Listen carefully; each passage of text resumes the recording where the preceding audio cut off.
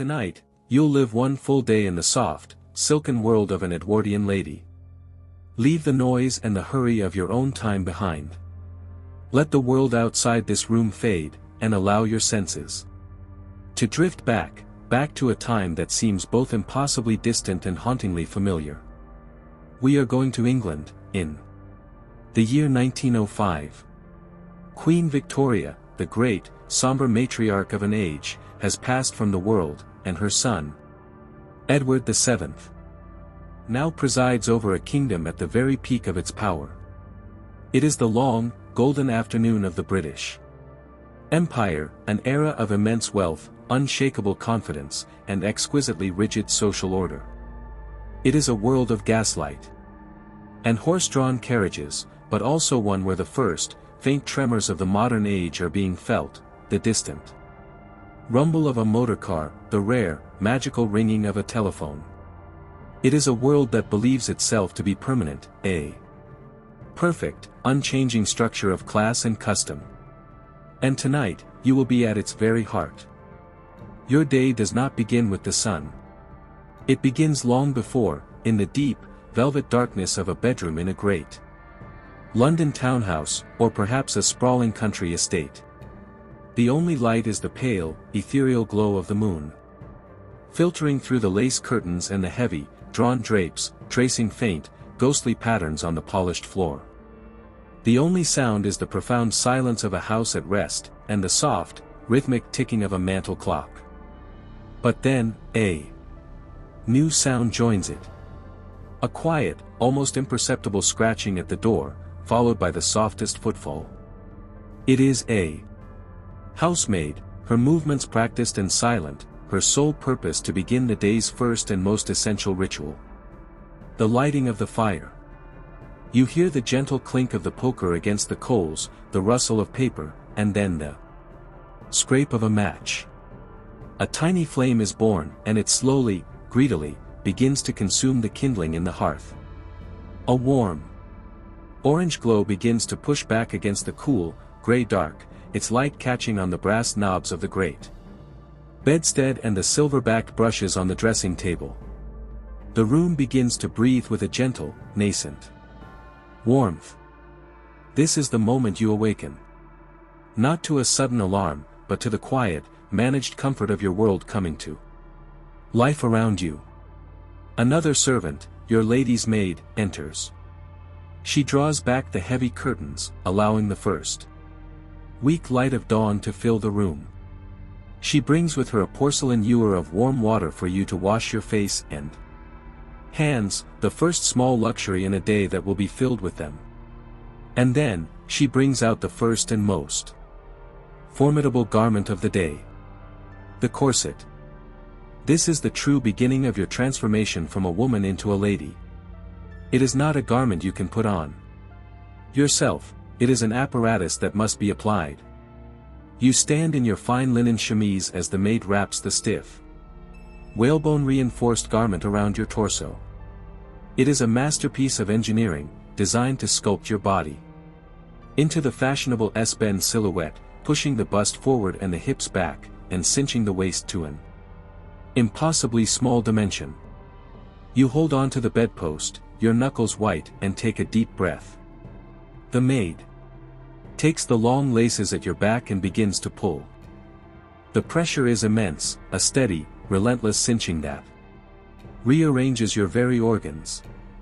Your breathing becomes shallower, confined to the top of your lungs. Your posture is instantly, rigidly corrected. You are being molded, compressed, and shaped into the idealized form that your status requires.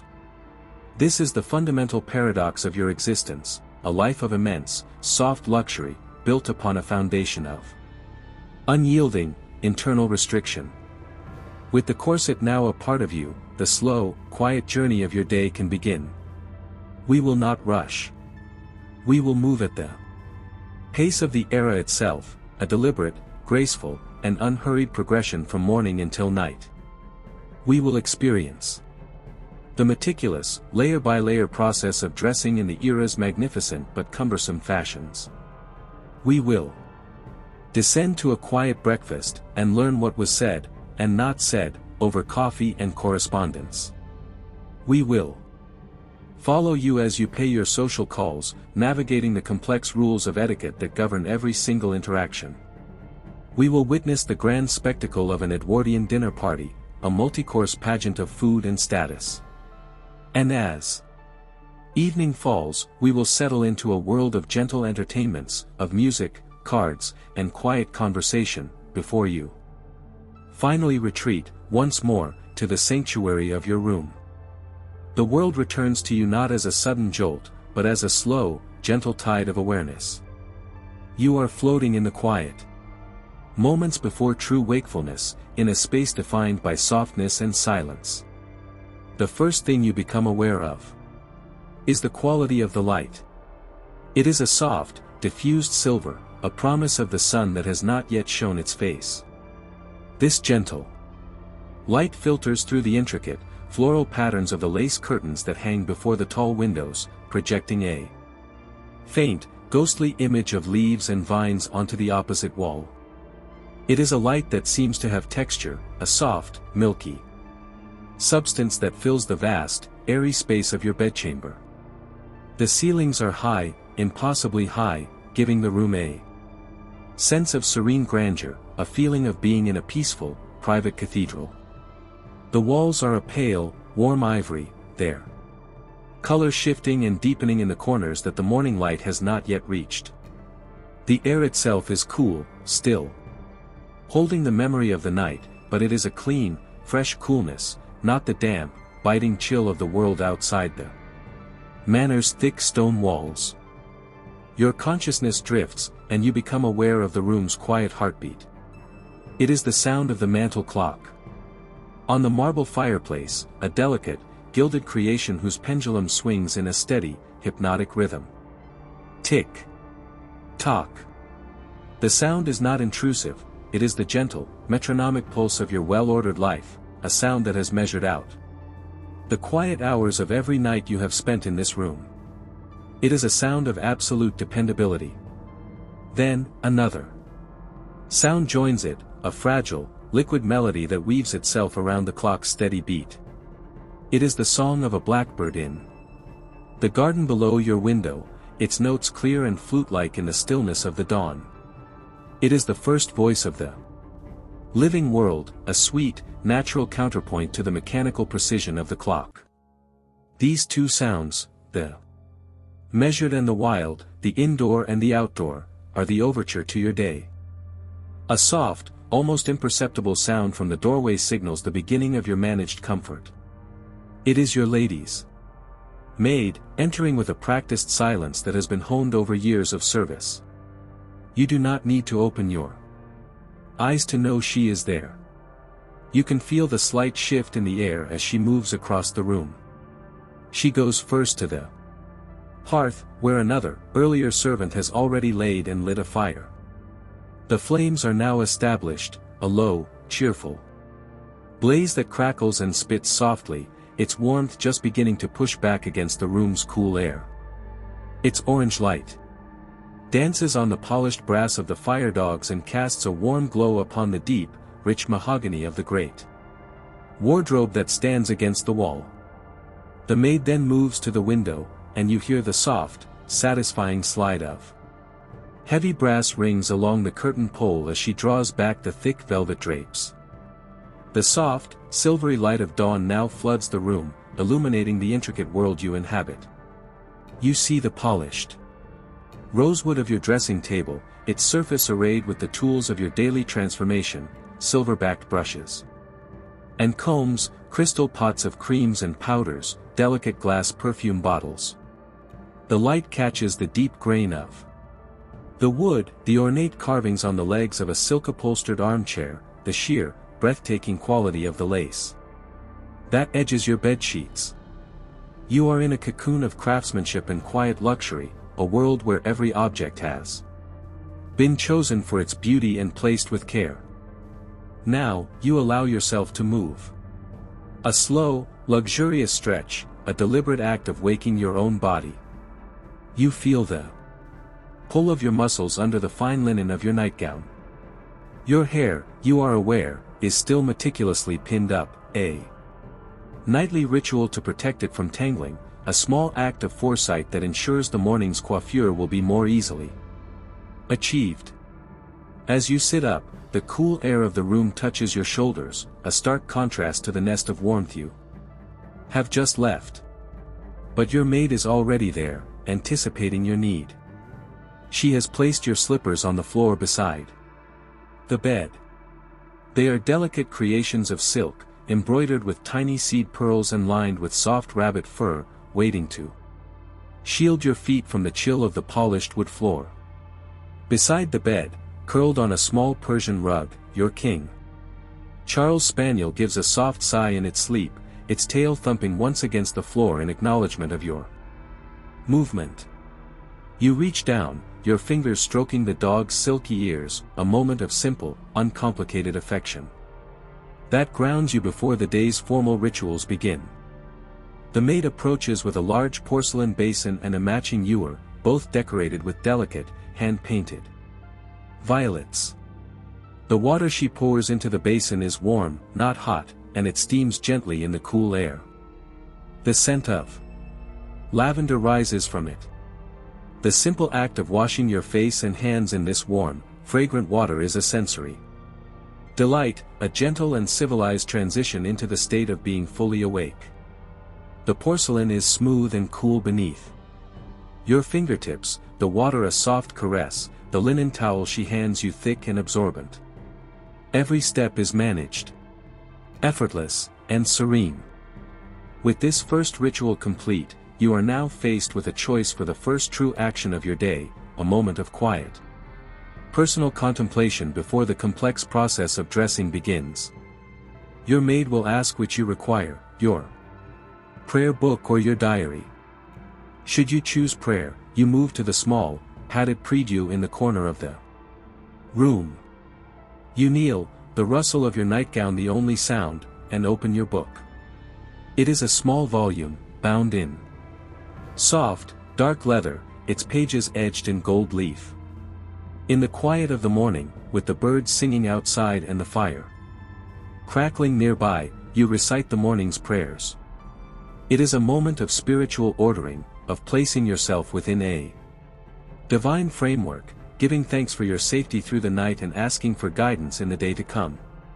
It is a ritual that connects you to generations past and provides a sense of solemn purpose. Or perhaps today you choose the diary.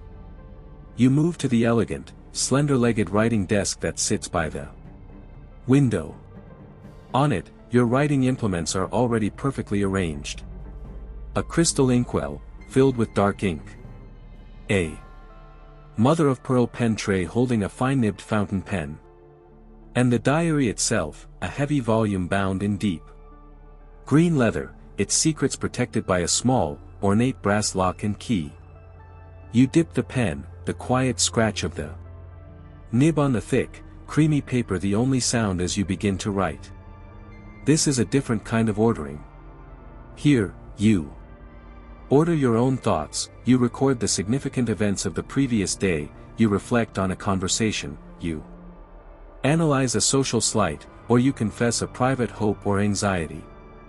This is a conversation with yourself, a private space where the carefully constructed public persona can be set aside. The act of forming the elegant, looping letters, of seeing your thoughts take physical form on the page, is a calming, centering ritual. It is the first moment of the day where you are truly, entirely yourself, a quiet act of self-creation before the maids return to begin the very public creation of the lady you must be for the world. The quiet, solitary moments of reflection are over. With a soft sigh, you rise from your writing desk, or your prayers, and ring a small, silver bell that sits on the table beside you. Its delicate, clear chime is the signal, the summons that begins the day's most significant and transformative ritual. The door opens and your lady's maid re-enters, this time with an expression of gentle, focused purpose. Behind her, a junior maid may enter as well, for the task ahead is a Construction project that requires more than one pair of hands. This is the process of dressing, an assembly so complex and layered that it can take an hour or more to complete. It is the slow, methodical transformation from a private individual into a public icon of grace, status, and fashion. The process begins with the foundational underpinnings, the layers of linen and silk that will form the soft barrier between your skin and the rigid architecture of the day's clothing. First, you step out of your nightgown and into a delicate chemise of the finest lawn or silk, its edges trimmed with exquisite handmade lace. Over this, you pull on a pair of matching drawers, equally adorned with silk ribbons and lace insertions, which tie loosely around your knees. These garments are light, soft, and comfortable, the last comfortable things you will feel for many hours. Next come the stockings. They are not the simple, practical items of a later age, but long, beautiful sheaths of black or white silk. Their texture impossibly smooth against your skin. Your maid kneels to help you draw them on, ensuring they are perfectly straight, without a single wrinkle. She then ties a garter, a band of silk ribbon, either just above or just below your knee to hold each stocking in place. Now comes the most formidable part of the ritual, the application of the corset. The maid holds it up.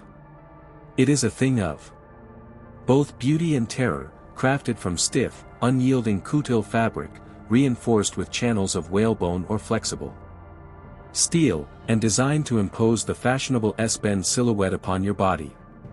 It is longer than its Victorian predecessor, extending low over the hips to create a smooth line. You stand, holding onto a bedpost for support, as the maid wraps it around your midsection. She threads the long laces through the eyelets at the back and begins her work. The initial pull is a gentle tightening, but then the real work begins. With a steady, practiced rhythm, she pulls. The lace is taut, her foot sometimes braced against the bed for leverage. You feel the immense, unyielding pressure. Your waist is cinched inwards to a span that seems impossibly small.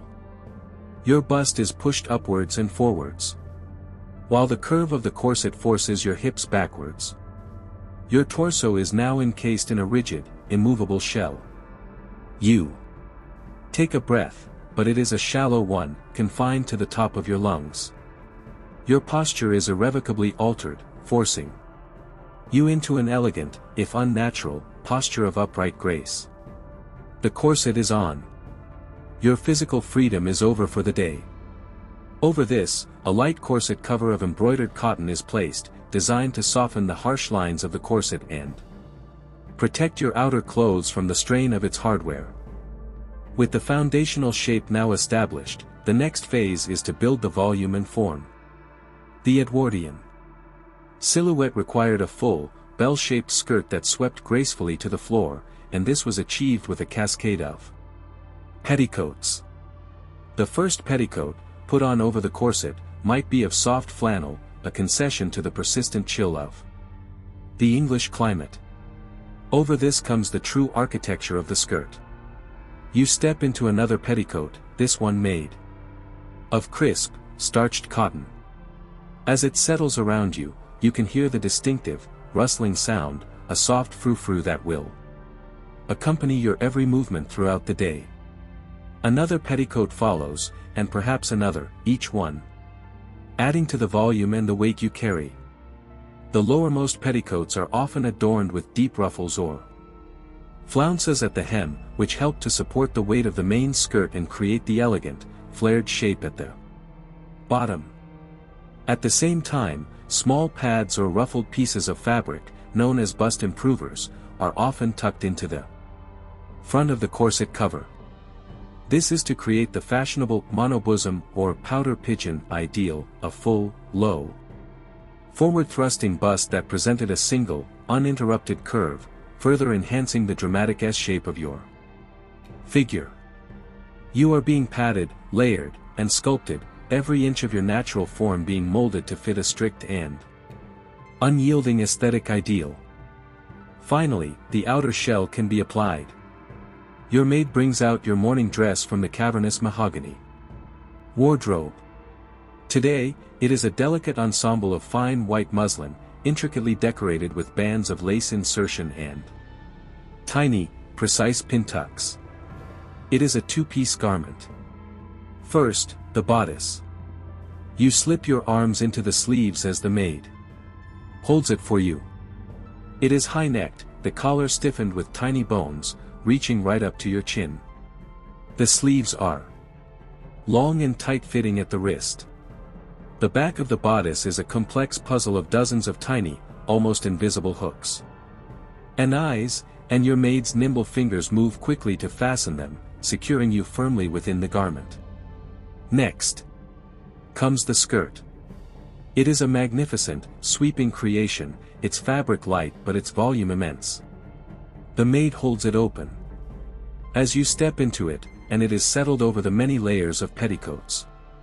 It drapes beautifully, falling to the floor and puddling in a small, elegant train at the back. To complete the ensemble, a wide sash of pale blue silk is wrapped around your tiny, corseted waist and tied in a large, soft bow at the back, the final, decorative emphasis on the silhouette you have spent the last hour constructing.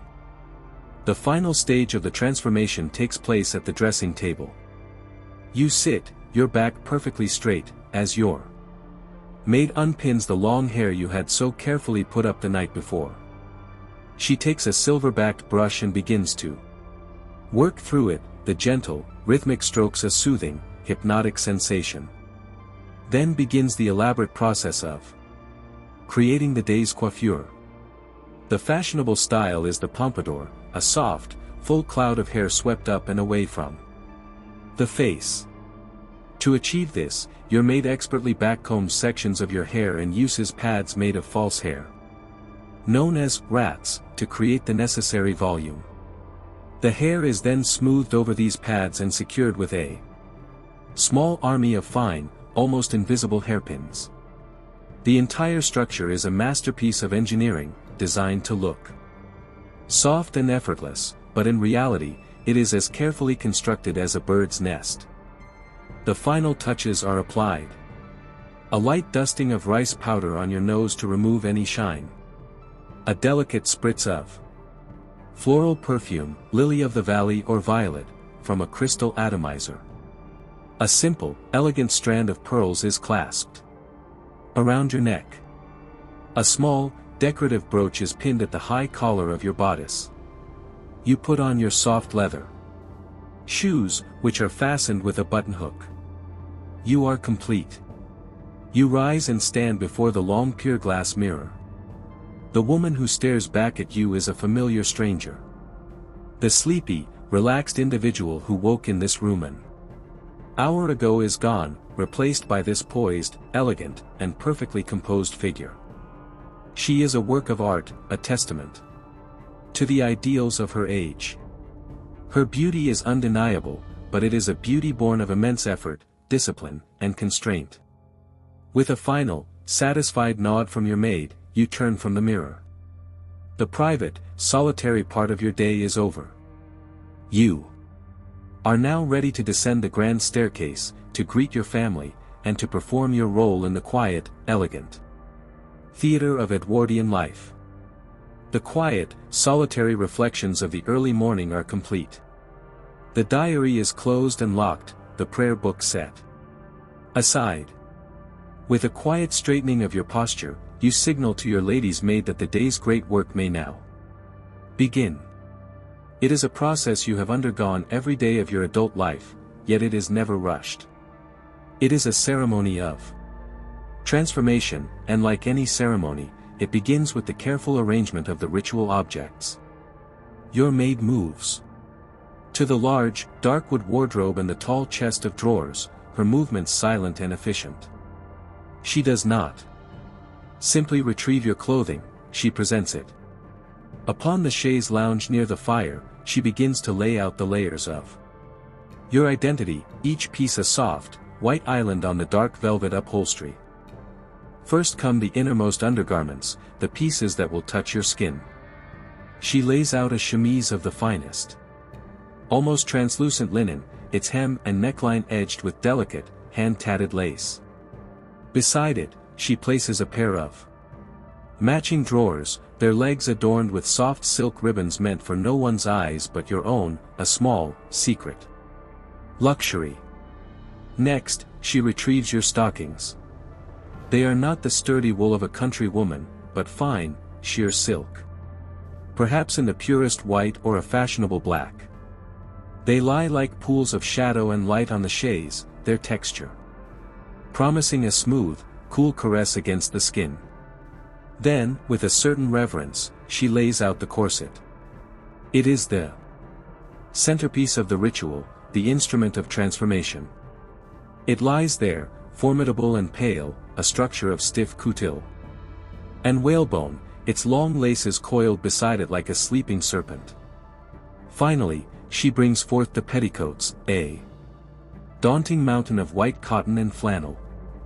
She lays them out in the order they will be worn, a cascade of starched ruffles, intricate tucks, and embroidered hems. To see them all laid out together is to understand that you are not simply putting on clothes, you are building a construction, an elaborate and beautiful cage of fabric and bone. The maid helps you to your feet. You stand in your chemise as she kneels to help you with your stockings, carefully rolling the sheer silk up your legs and securing each one with a delicate, ribbon garter tied just above the knee. And now, for the corset. You stand before the long mirror, your hands resting lightly on the back of a tall chair for support. The maid wraps the stiff garment around your torso.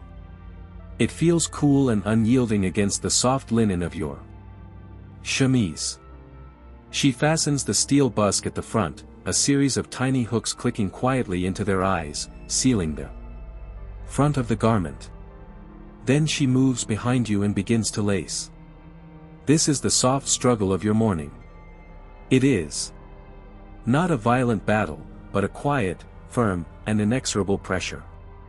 You take a deep breath, filling your lungs with air, and hold it. The maid pulls the laces with a steady, practiced strength, her movements efficient and strong. You feel the structure tighten around you, the whalebone stays pressing against your ribs and back, enforcing a perfect, upright posture. Your waist is drawn inwards, and you let out your breath in a soft, controlled sigh as the laces are pulled tighter still, cinching you to the fashionable, wasp-waisted ideal. Your breathing changes, becoming shallower, coming from the top of your chest rather than the diaphragm. It is the gentle, accepted price of beauty and status.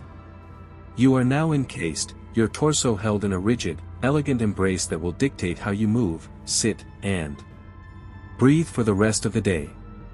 The maid ties the laces in a secure bow, her work complete. Over this, she helps you into the layers of petticoats. First, a soft flannel one for warmth, then the crisp, starched cotton layers. With each one that is settled over your hips, the weight you carry increases, and the sound of your movement changes. The silence is replaced by a soft, expensive rustling, a frou-frou of fabric that announces your presence. Now, with the foundations in place, comes a moment of decision. Your maid turns to you. The blue silk, my lady, or the cotton lawn, she asks softly. She holds up the two options for the day, a choice that will define your appearance. And, in subtle ways, the tone of your day. The cotton gown is a vision of morning freshness. It is a delicate, almost ethereal creation of the finest white lawn, embroidered with tiny, trailing flowers along the collar and cuffs. It speaks of a quiet day to be spent at home, perhaps in the garden or the morning room, of domestic tranquility and modest, refined elegance. The silk, however, is a different statement entirely. It is a day dress of the palest blue, the color of a watercolor sky. The fabric has a low, rich sheen that catches the light, and it is trimmed with panels of cream-colored lace. It is a more formal choice, a gown suitable for receiving visitors or for an afternoon carriage ride. Into town. It speaks of social duty, of wealth, and of a day that will be spent more publicly. Today, you feel, is a day for society. You incline your head slightly. The silk. The chosen gown is brought forth. Like most dresses of the era, it is in two pieces. First, the bodice. You slip your arms through as the maid holds it, and she begins the painstaking task of fastening the back. There are no zippers or simple buttons here. The back of the bodice is a long row of tiny, almost invisible hooks and eyes, each one needing to be fastened individually. The process requires patience and nimble fingers. You stand perfectly still as she works her way up, the bodice becoming a second skin over your corset, its high, boned collar touching your chin. Then comes the skirt. It is a heavy, sweeping cascade of the pale blue silk, and the maid holds it open as you step into its circumference. She fastens it at the waist, and the fabric settles over your petticoats, falling in elegant, graceful folds to pool on the floor around your feet. A wide belt of darker blue velvet is cinched around your waist, its silver buckle a single point of bright ornamentation. The final stage of the transformation is the most personal. You are seated at your dressing table, your back to the room, facing your own reflection in the mirror. Your maid unpins your long hair from its protective nightly braid and begins to brush. She uses a brush with natural bristles and a silver back, and the strokes are long, slow, and soothing, from the scalp to the very ends of your hair, bringing out its natural shine. The rhythmic brush strokes are a calming, almost hypnotic sensation. Once your hair is smooth and gleaming, the intricate process of styling begins. It is swept upwards, away from your neck, and arranged into the fashionable pompadour style. Your own hair is augmented with pads of false hair, called rats, to create the necessary volume. Dozens of fine, nearly invisible hair pins slide into place, their sharp points securing the soft cloud of hair. The final style is soft, full, and elegant, framing your face and adding to your height and stately presence. With your hair complete, the final, fragrant, and glittering touches are applied. The maid opens a small, leather-bound jewelry box. Inside, on a bed of dark velvet, lie the simple, elegant pieces suitable for daytime wear, a string of pearls, a cameo brooch, small pearl earrings. You select the brooch, and she carefully pins it at the center of your high collar. Next, the perfume. From a crystal bottle with a silver atomizer, she spritzes a small amount of a light floral scent, perhaps rose or violet, onto the air, and you gently pass your wrists through the fragrant mist. It is a subtle, personal scent, an aura of freshness that will follow you throughout the day. Finally, the gloves. A pair of soft kidskin leather gloves, perhaps in a pale gray or cream, is laid out. You draw them on, your fingers sliding into the tight-fitting leather, and your maid fastens the tiny pearl buttons at the wrist. You are now fully assembled, a perfect and complete image of Edwardian grace. The transformation is finished. The great transformation is complete.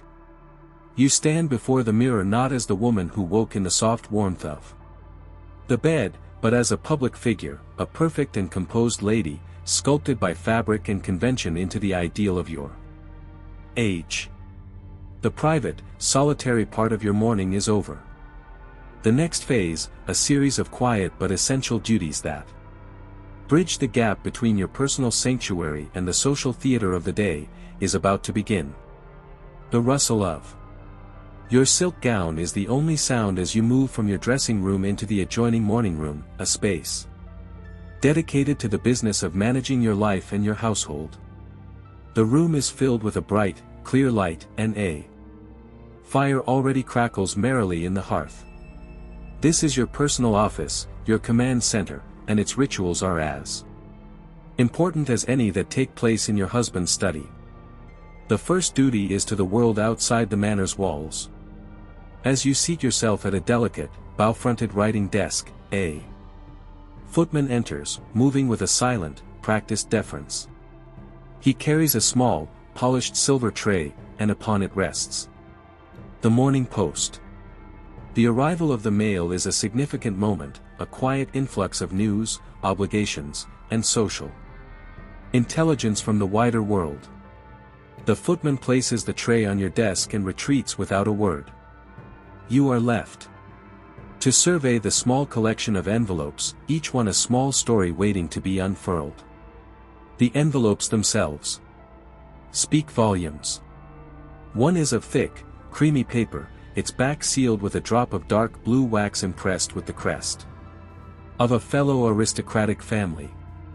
Another is a thinner, more businesslike envelope addressed in a clerk's neat copperplate script.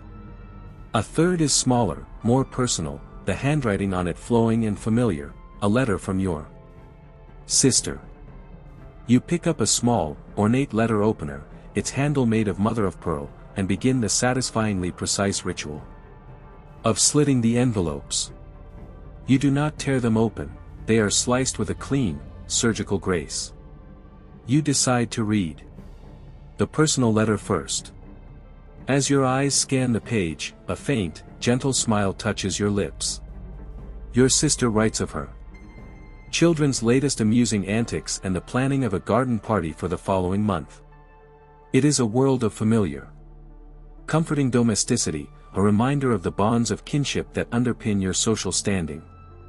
The letter brings a quiet warmth to your heart, a brief connection to a loved one many miles away. Next, you open the formal invitation, its thick card engraved with elegant script. It is an invitation to a ball in London, a major event in the upcoming social season. Your mind immediately begins the complex calculations required.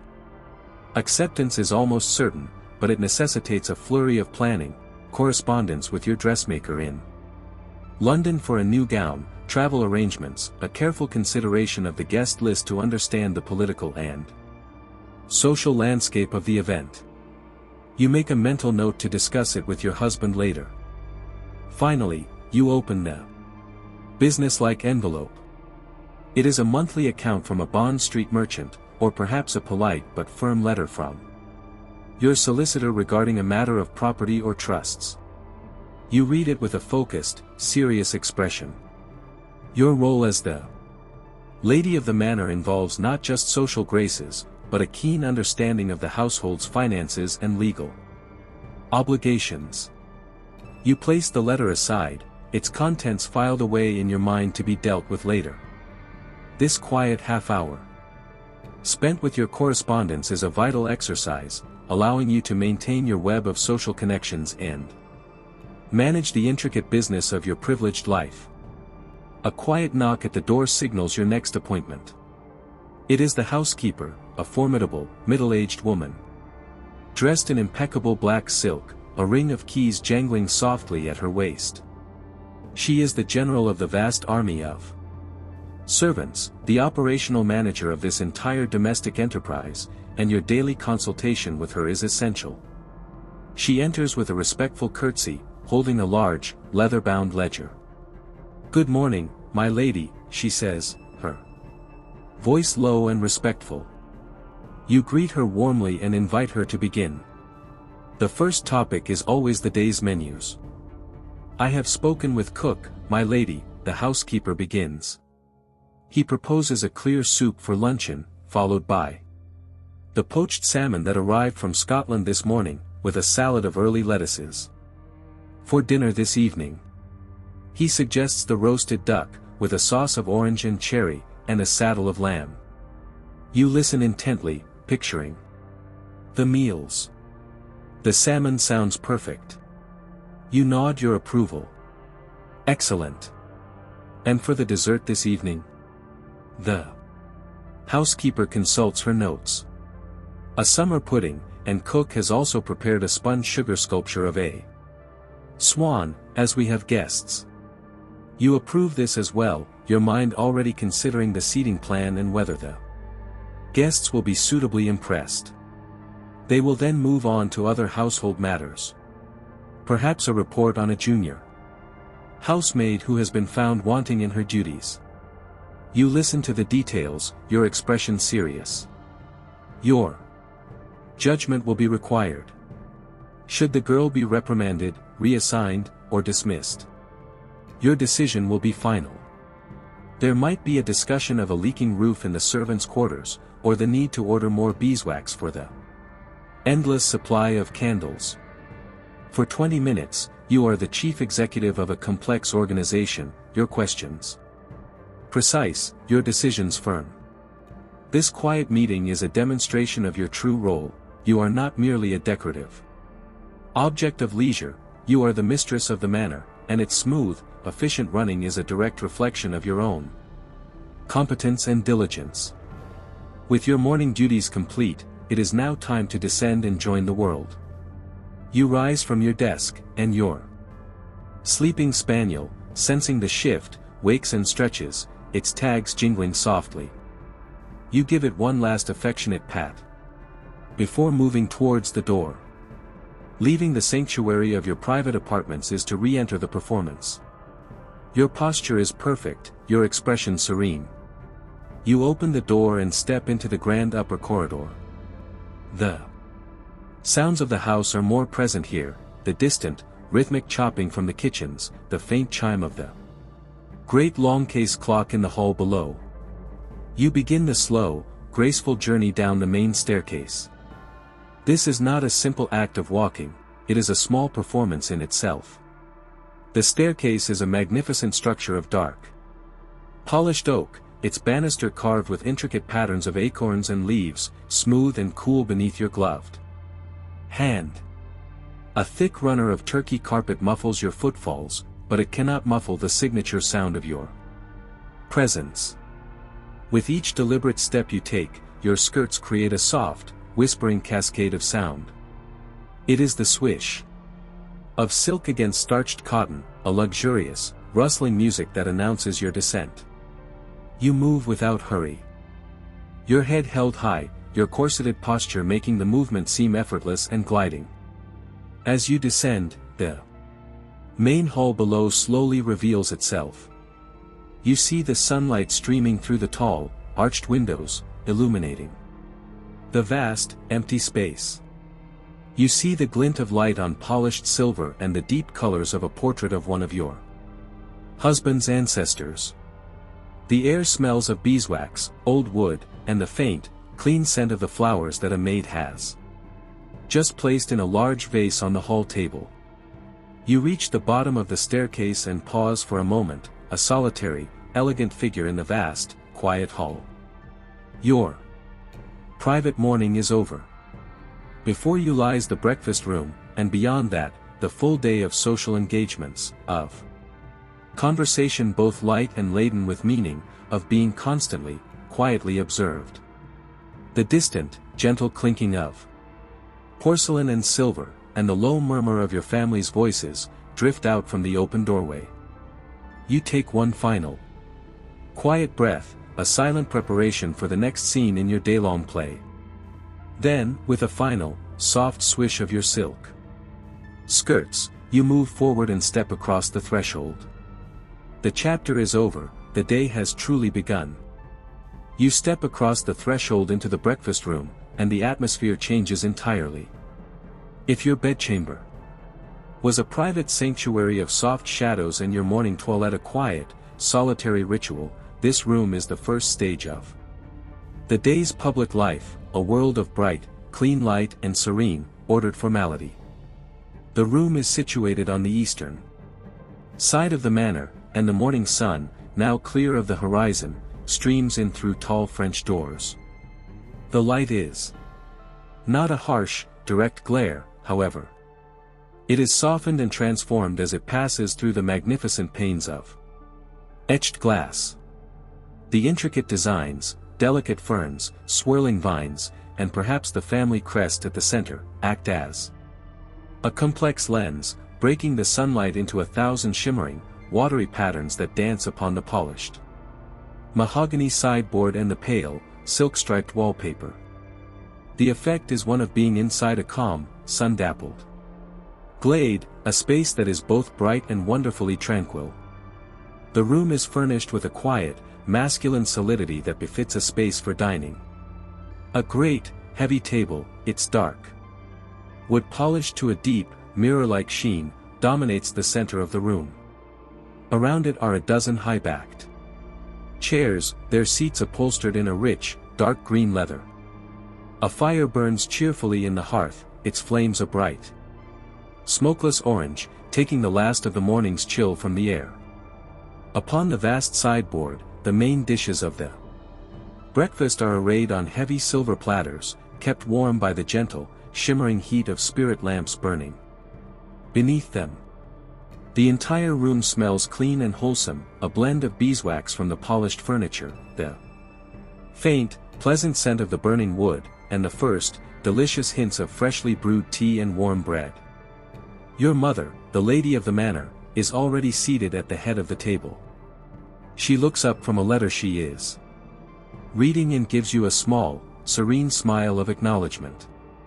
You take your designated seat, your movements slow and graceful, conditioned by years of training and the slight, ever-present restriction of your corset. The chair is pulled out for you by a silent, white-gloved footman who seems to appear from nowhere and then vanish just as quickly. Before you, your place setting is a testament to the era's love of specialized and beautiful objects. The plate is of the finest bone china, so thin it is almost translucent, decorated with a delicate pattern of hand-painted rosebuds. To its right rests a heavy, ornate silver knife and spoon. To its left, a silver fish fork and another, smaller knife for butter. Above the plate sits a silver toast rack, a clever device designed to hold individual slices of toast upright, ensuring each one remains perfectly crisp. A small crystal jar filled with bright, golden marmalade has its own tiny, ornate silver spoon. The first ritual of the meal is the napkin. It is made of heavy, white damask linen, perfectly starched and ironed, and folded into the elaborate shape of a fan that stands proudly on your plate. You carefully lift it, unfold it with a quiet flick of the wrist, and lay its cool, smooth expanse across your lap. The footman then approaches with the teapot. It is a magnificent, heavy object of polished silver, its handle wrapped in wicker to protect the hands from the heat. He pours the tea, a dark, fragrant stream of fine Indian or Ceylonese black tea, into your porcelain cup. The rich aroma rises to meet you. Another servant follows with the silver milk jug and a bowl of perfect, white sugar cubes, which you add to your tea using a small pair of silver tongs. You stir the tea with a delicate silver spoon, and the soft, gentle clinking sound is one of the first notes in the quiet symphony of the breakfast. The food served is a reflection of the meal's purpose, to provide a solid, respectable foundation for the day, without the excessive pomp and ceremony of the evening dinner. From the sideboard, a servant brings you a plate of kedgeree.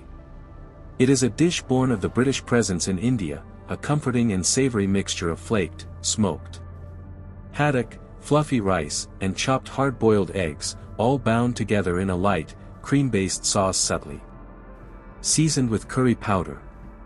The dish is warm, gentle, and nourishing.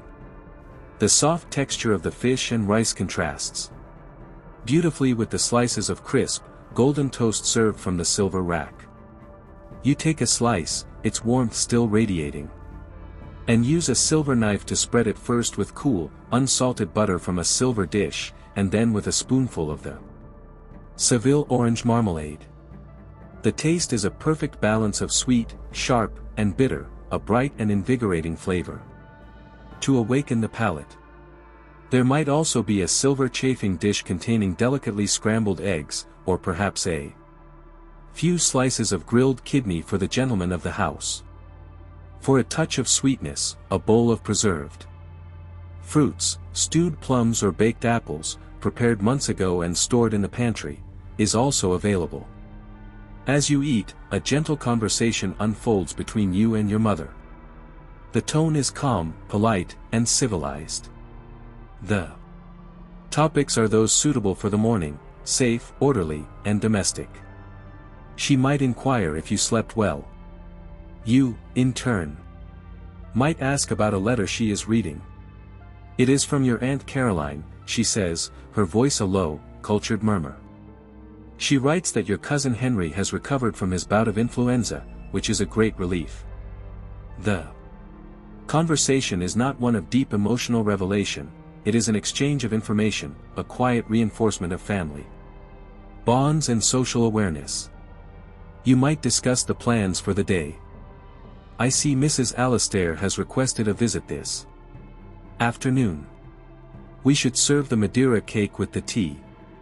The talk is of menus, of social obligations, of the small, intricate details that make up the carefully managed machinery of your life.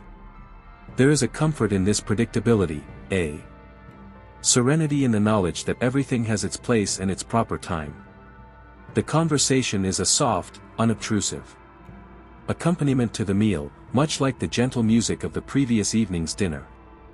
It is a performance of calm, familial harmony, a quiet moment of connection before you both must face the more demanding social duties of the day ahead. The room is a cocoon of peace, insulated from the outside world. The only sounds are the soft clinking of your silver knife against the china plate, the quiet murmur of your voices, the rustle of a newspaper as your father reads the political pages at the other end of the table, and the steady, reassuring tick of the great clock in the hall. Time itself seems to move more slowly here, each moment savored.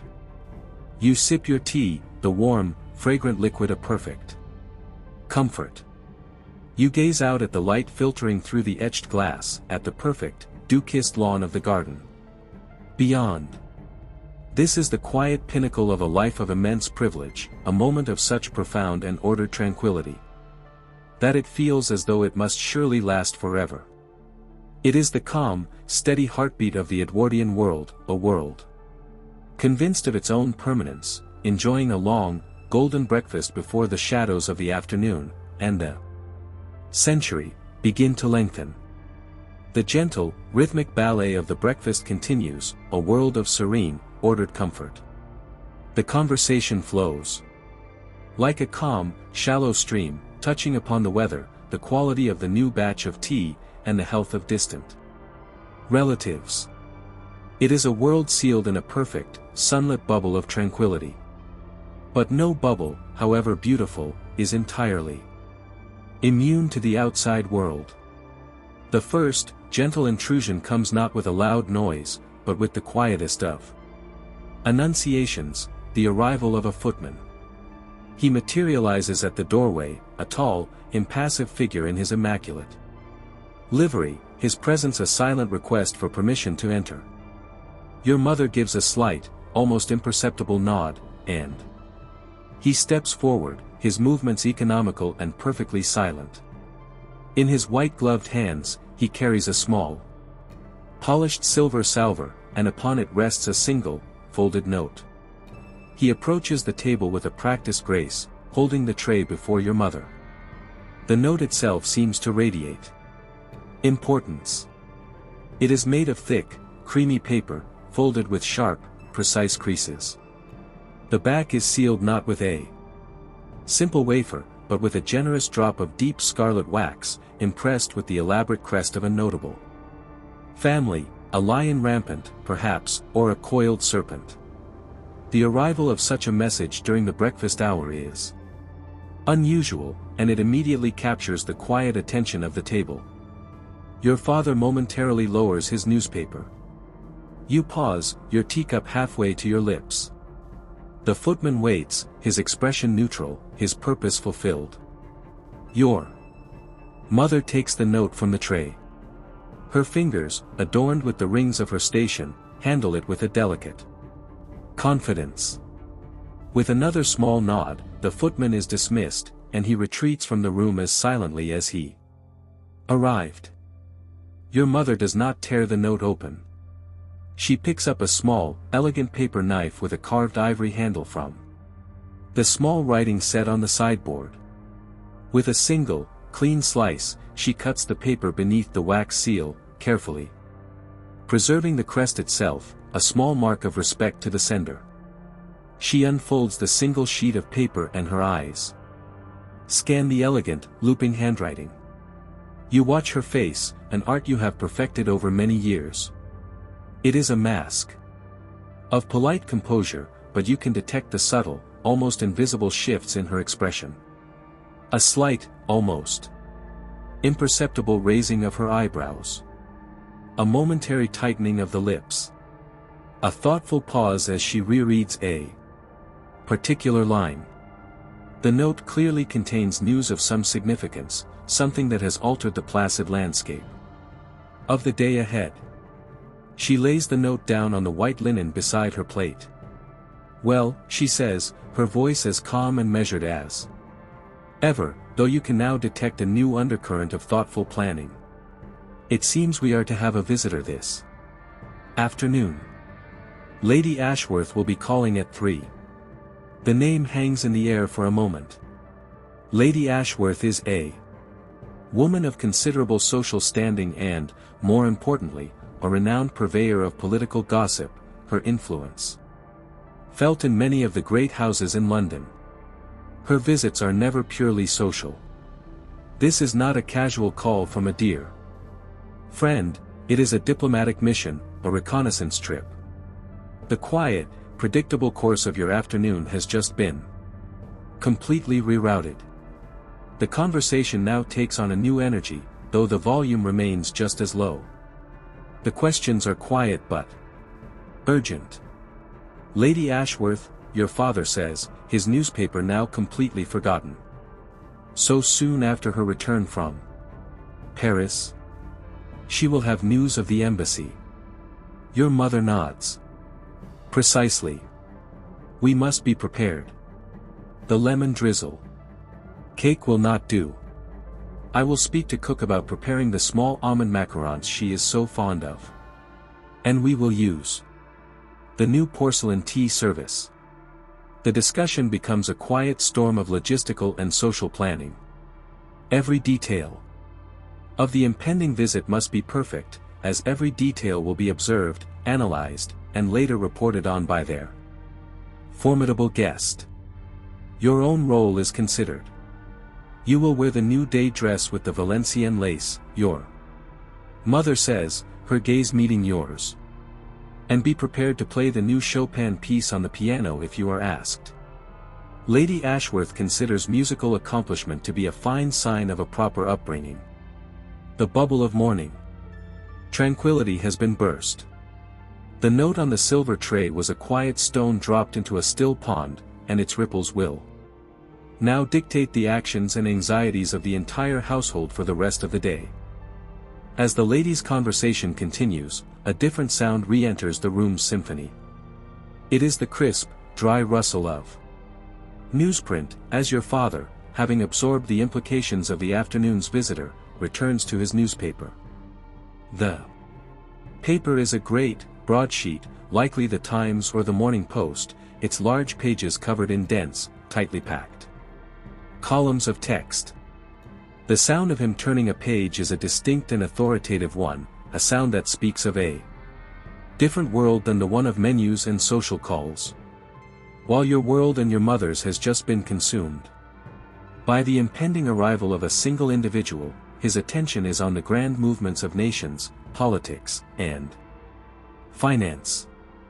His newspaper is a portal to that vast, turbulent world that exists beyond the manicured lawns and high stone walls of the manor. He lets out a small sound, a thoughtful hum of disapproval. Trouble in the Balkans again, he murmurs, more to himself than to anyone else. And the Germans are building more dreadnoughts. He speaks of events happening 1,000 miles away, of naval races and shifting imperial alliances that are, in their own way, as complex and fraught with danger as the social maneuvering of your own world. You hear him mention a debate in Parliament, the falling price of colonial stocks, and news from the ongoing Russo-Japanese War, a conflict in a part of the world you can barely picture. For a moment, the concerns of your small, ordered universe, which tea service to use, which piece of music to play, seem impossibly trivial in comparison. Yet, you understand that both worlds are inextricably linked. The wealth that pays for the fine porcelain and the French piano lessons, the political stability that allows for the leisured ritual of the afternoon visit, all of it depends on the larger world your father is reading about. The crisp rustle of his newspaper is the sound of that world, a quiet but constant reminder of the great, powerful, and often dangerous forces that guarantee the continuation of your own serene existence. The conversation winds down. The final pieces of toast have been eaten. The last drops of tea have been drunk. The plans for the afternoon are now set. A quiet sense of completion settles over the room. And then, another sound enters, clear, commanding, and beautiful. It is the sound of the great long-case clock in the hall, beginning to chime the hour. It is not a harsh or sudden bell, but a deep, resonant, and melodic chime, a series of notes that have been crafted by a master clockmaker to be both authoritative and pleasing. Dong!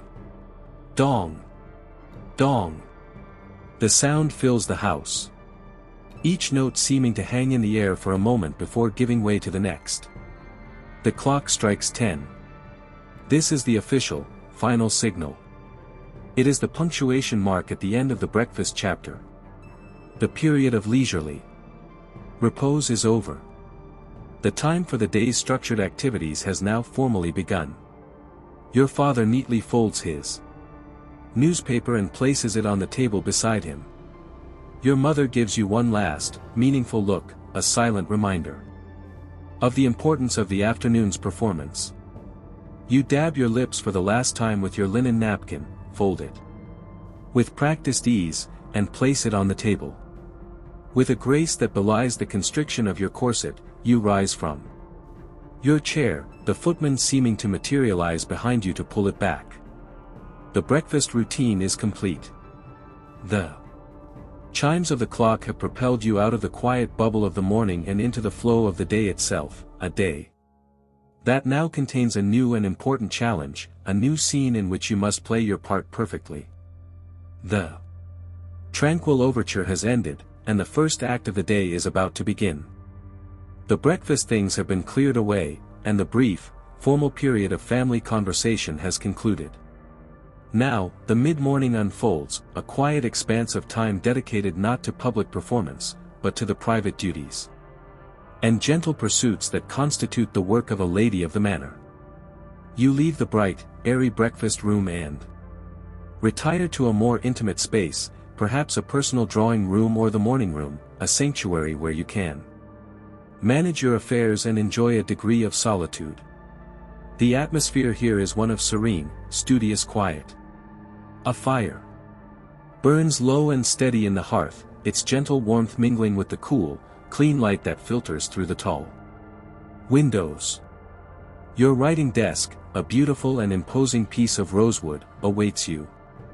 It is your personal domain, the command center from which you manage the intricate web of your social life.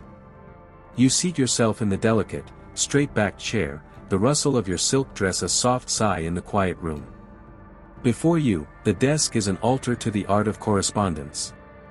A heavy, ornate inkstand of polished silver holds two crystal wells, one for the standard black iron gall ink, and another for a more personal, perhaps violet-scented, ink for private letters. A silver tray holds an assortment of pens, traditional goose quills, their tips expertly sharpened, and perhaps a modern, marvelously efficient fountain pen with a gold nib, a recent and prized gift. A leather-bound blotter lies open, ready to absorb any excess ink, and beside it sits a small, sharp paper knife for opening letters, a stick of dark red sealing wax, and your personal seal, its handle made of carved agate and its base bearing your family's crest. You take a moment, composing your thoughts, before beginning the first and most important task of your morning, the letters. You select a sheet of thick, creamy paper. The texture is exquisite, with a faint, satisfying roughness that promises to grip the ink beautifully. The paper itself has a faint, clean smell, a mixture of linen and sizing. You dip your chosen quill into the pot of black ink. The smell of the ink is sharp, earthy, and slightly metallic, the scent of serious business and formal communication. The first letter is one of duty. It is a reply to an invitation for a country house party a fortnight from now. This requires a careful, formal tone. Your quill scratches softly against the paper, a sound like a tiny, insistent whisper. You form the letters with a practiced, elegant script, the language full of polite, stylized phrases. You express your delight at the invitation, you confirm your attendance and that of your husband, and you touch upon the pleasure of the company you expect to enjoy there. The letter is polite, gracious, and reveals nothing of the strategic calculations that lie beneath it, the consideration of which other guests will be there, the political alliances that might be strengthened, the new gowns that will need to be commissioned for the event. Every word is a carefully placed brushstroke in the grand portrait of your social life. Having completed the formal acceptance, you set it aside on the blotter and take up a new sheet of paper. This next letter is different. It is an inquiry, a delicate and necessary part of maintaining your social web. You are writing to a dear friend whose mother, you have heard through the quiet grapevine of the court, has been taken ill. The tone must shift from formal to one of sincere, yet restrained, sympathy. The ink you choose might be the softer violet. Your handwriting, while still elegant, may lose a fraction of its rigid formality, becoming slightly more fluid, more personal. You express your deep concern, you share a fond memory of the elderly lady in question, and you offer your hopes for her swift recovery. You ask if there is anything you can do, any small comfort you can send. The letter is an exercise in empathy, but it is also a performance of it. In a world where genuine emotion is often shielded, the ability to convey sincere and appropriate feeling on paper is a highly valued skill. It reinforces bonds, demonstrates your loyalty and compassion, and upholds your reputation as a thoughtful and caring gentlewoman. With the letters of duty dispatched, you allow yourself to turn to more personal correspondence. You take out a thinner, lighter sheet of paper, perhaps with your monogram delicately embossed at the top. This letter is for your younger cousin, who is currently staying with family in the countryside. Here, your tone shifts entirely. A small smile plays on your lips as you begin to write. The scratching of the quill seems to become faster, more energetic. You fill the page with the news and gossip of your own world. You describe a particularly amusing hat you saw at church.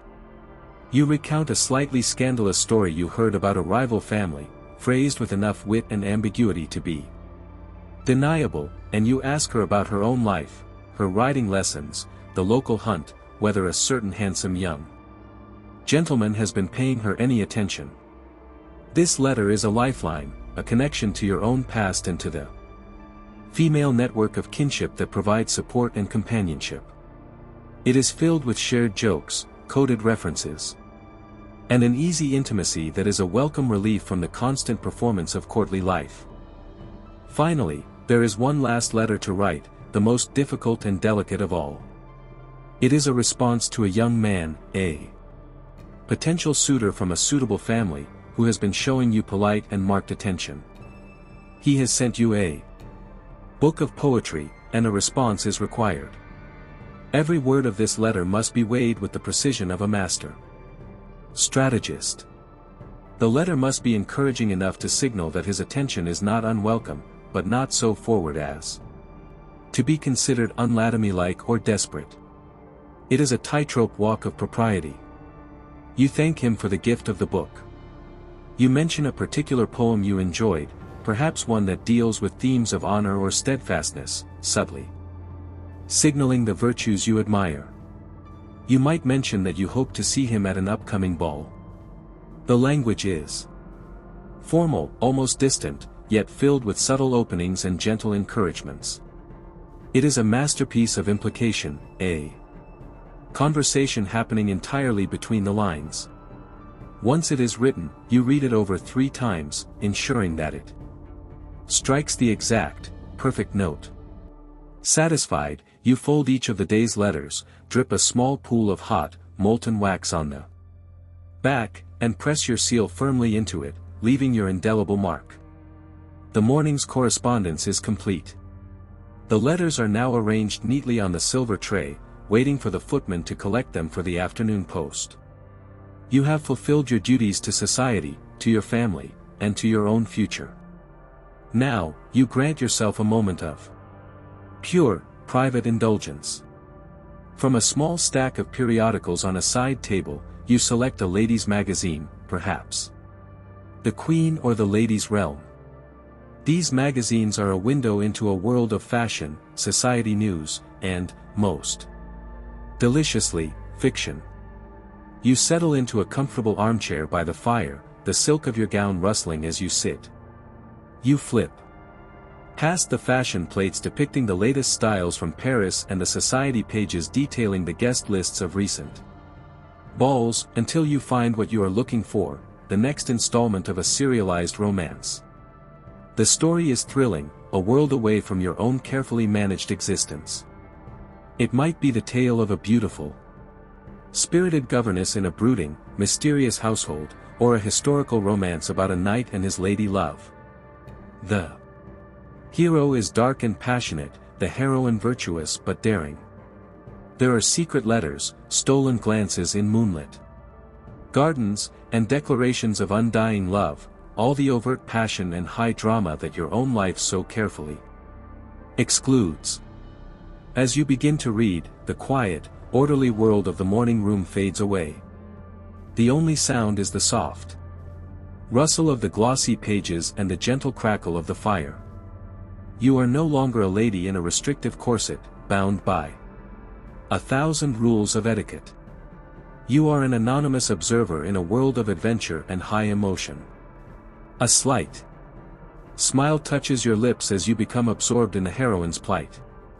You feel a genuine thrill of suspense, a quiet surge of romantic feeling. This is your escape. For half an hour, you are not a strategic player in the game of society, but simply a reader, lost in a story, your imagination set free in the quiet, sunlit sanctuary of your own room. The serialized romance, with its world of thrilling passions and daring escapades, offers a brief but welcome sanctuary from the ordered reality of your life. You are lost in a chapter, your mind a world away in a moonlit garden, with the heroine and her brooding suitor, when a soft, apologetic knock at the morning room door gently pulls you back. You look up, a slight frown of interruption on your face, as your lady's maid enters with a quiet curtsy. "Madam Du Bois is here for your fitting, my lady," she murmurs. You let out a small, almost inaudible sigh, placing a silk ribbon to mark your page in the magazine. The world of private leisure is over, the world of practical duty has intruded. You rise, smoothing your dress, and prepare for the next performance, that of the client and patroness. Madame Du Bois is not a servant, and she does not enter with the same deference as a housemaid. She is a skilled artisan, a couturier of some renown, and she carries herself with the quiet confidence of a master craftswoman. She is dressed neatly in a practical but well-cut black dress, her hair pinned up efficiently, her eyes sharp and assessing.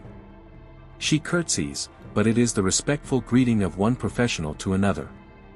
Behind her, her young assistant struggles with a large wicker basket, from which the glorious, half-finished components of a new ball gown are carefully extracted. The purpose of this visit is the fitting for the very gown that will be required for the ball you accepted an invitation to this morning. The conversation is all business, a quiet, focused discussion of fabrics and form. I have brought the silk we discussed, my lady, Madame Dubois says, her voice carrying a faint French accent. That adds to her mystique and justifies her high prices.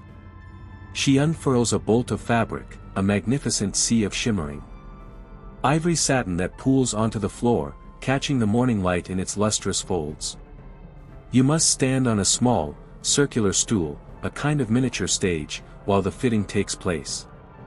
Your maid helps you out of your morning dress and into the canvas underbodice of the gown. Then, Madame Dubois herself begins her work. She drapes the great lengths of satin around you, her hands moving with an expert's precision. Her mouth becomes a temporary pincushion as she works, her expression one of intense, artistic concentration. She kneels at your feet, smoothing the fabric over your hips, ensuring the line of the skirt will fall in a perfect, graceful sweep. You feel the cool, sharp pricks of the pins as she secures the fabric to the canvas shell. The conversation is a soft murmur of technicalities. A little more fullness here, I think, she says, her voice slightly muffled by the pins. And the lace for the neckline, I have brought 2 options. Her assistant presents a board with 2 different patterns of exquisite Chantilly lace. You examine them, your head tilted, considering which will better complement the pearls you intend to wear. This is your role in the creation, you are the muse and the final arbiter of taste. The seamstress provides the technical skill, but the final vision is yours. For nearly an hour, you are a living mannequin, a canvas upon which another artist works, the 2 of you collaborating on the creation of a garment that is not just a dress, but a statement of beauty, wealth, and impeccable social standing. When the fitting is finally over and Madame Dubois has departed with her basket and her notes, you feel a sense of quiet fatigue. The act of standing still for so long, of being prodded and measured, is surprisingly draining. You drift towards the tall French doors that lead to a small stone balcony, seeking a moment of fresh air. From this vantage point, you can look down upon the magnificent, manicured world of the formal gardens. It is a world of perfect geometric order, the gravel paths raked into flawless lines, the flower beds arranged in intricate, colorful patterns. The low boxwood hedges clipped into precise, angular knots. The world, from this perspective, is a masterpiece of control. And then, you glimpse the gardener. He is working in the rose garden at the far end of the lawn, a solitary figure in a world of immense, ordered beauty that he himself creates.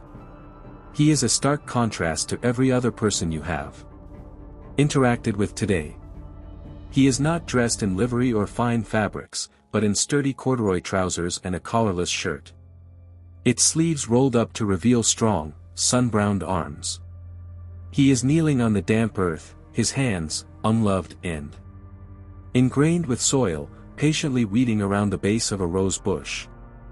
His movements are not elegant or stylized. They are strong, practical, and efficient. He is a man intimately connected to the earth, to the seasons, to the physical reality of labor. You watch him for a long time, an silent observer looking down from your gilded cage. The gulf between your 2 worlds is absolute and unbridgeable. His entire life is dedicated to the physical toil required to create the effortless beauty that you enjoy as a backdrop to your leisurely existence. He likely knows the name of every plant, the needs of the soil, the threat of every pest. You know only the pleasure of the final result, a perfect rose to be cut for your vase. You feel a fleeting, detached sense of appreciation for his work, much as one might appreciate a well-made piece of furniture. He, for his part, likely never looks up at the great house, his world defined By the earth at his knees, not the society that floats above it. The glimpse of the gardener is a quiet, profound reminder of the vast, invisible machinery of labor upon which your entire, serene world is built. Returning to the quiet of the morning room, one final duty of the mid-morning awaits. A maid announces the arrival of the local clergyman, Mr. Davies, for his weekly call. He is a man of gentle but serious disposition, dressed in sober, respectable black. His visit is both a social custom and a spiritual necessity. He is here to inquire after the spiritual well-being of the family, and to discuss the charitable duties that are the responsibility and the public marker of your class. You receive him graciously, offering him a seat and inquiring after his own health and the affairs of the parish. The conversation is polite, formal, and imbued with a sense of moral purpose. He might speak of a family in the village that has fallen on hard times due to illness. It is your duty, as the lady of the manor, to provide for them. You listen with a compassionate expression and promise to have the housekeeper send down a basket of food from the kitchen and some blankets from the linen store. He might then discuss the upcoming church fete, a fundraising event for the parish roof. He will ask if you would be so gracious as to open the fete, your presence lending it an air of importance and encouraging generosity from the other local gentry. You agree, of course. This is your role. You are the public face of the family's piety and generosity. Your charitable work, while genuinely helping those in need, also serves to reinforce the social order, demonstrating the benevolent care of the upper classes for their social inferiors. The visit is brief, no more than 20 minutes, a quiet but important ritual that reaffirms your moral standing in the community. When the clergyman departs, a new sense of finality settles over the room. You look at the mantel clock and see that the hands are approaching noon. The mid-morning, with its quiet, personal, and professional duties, is now officially over. The letters have been written, the gown has been fitted, the state of the garden has been observed, and the soul has been tended to.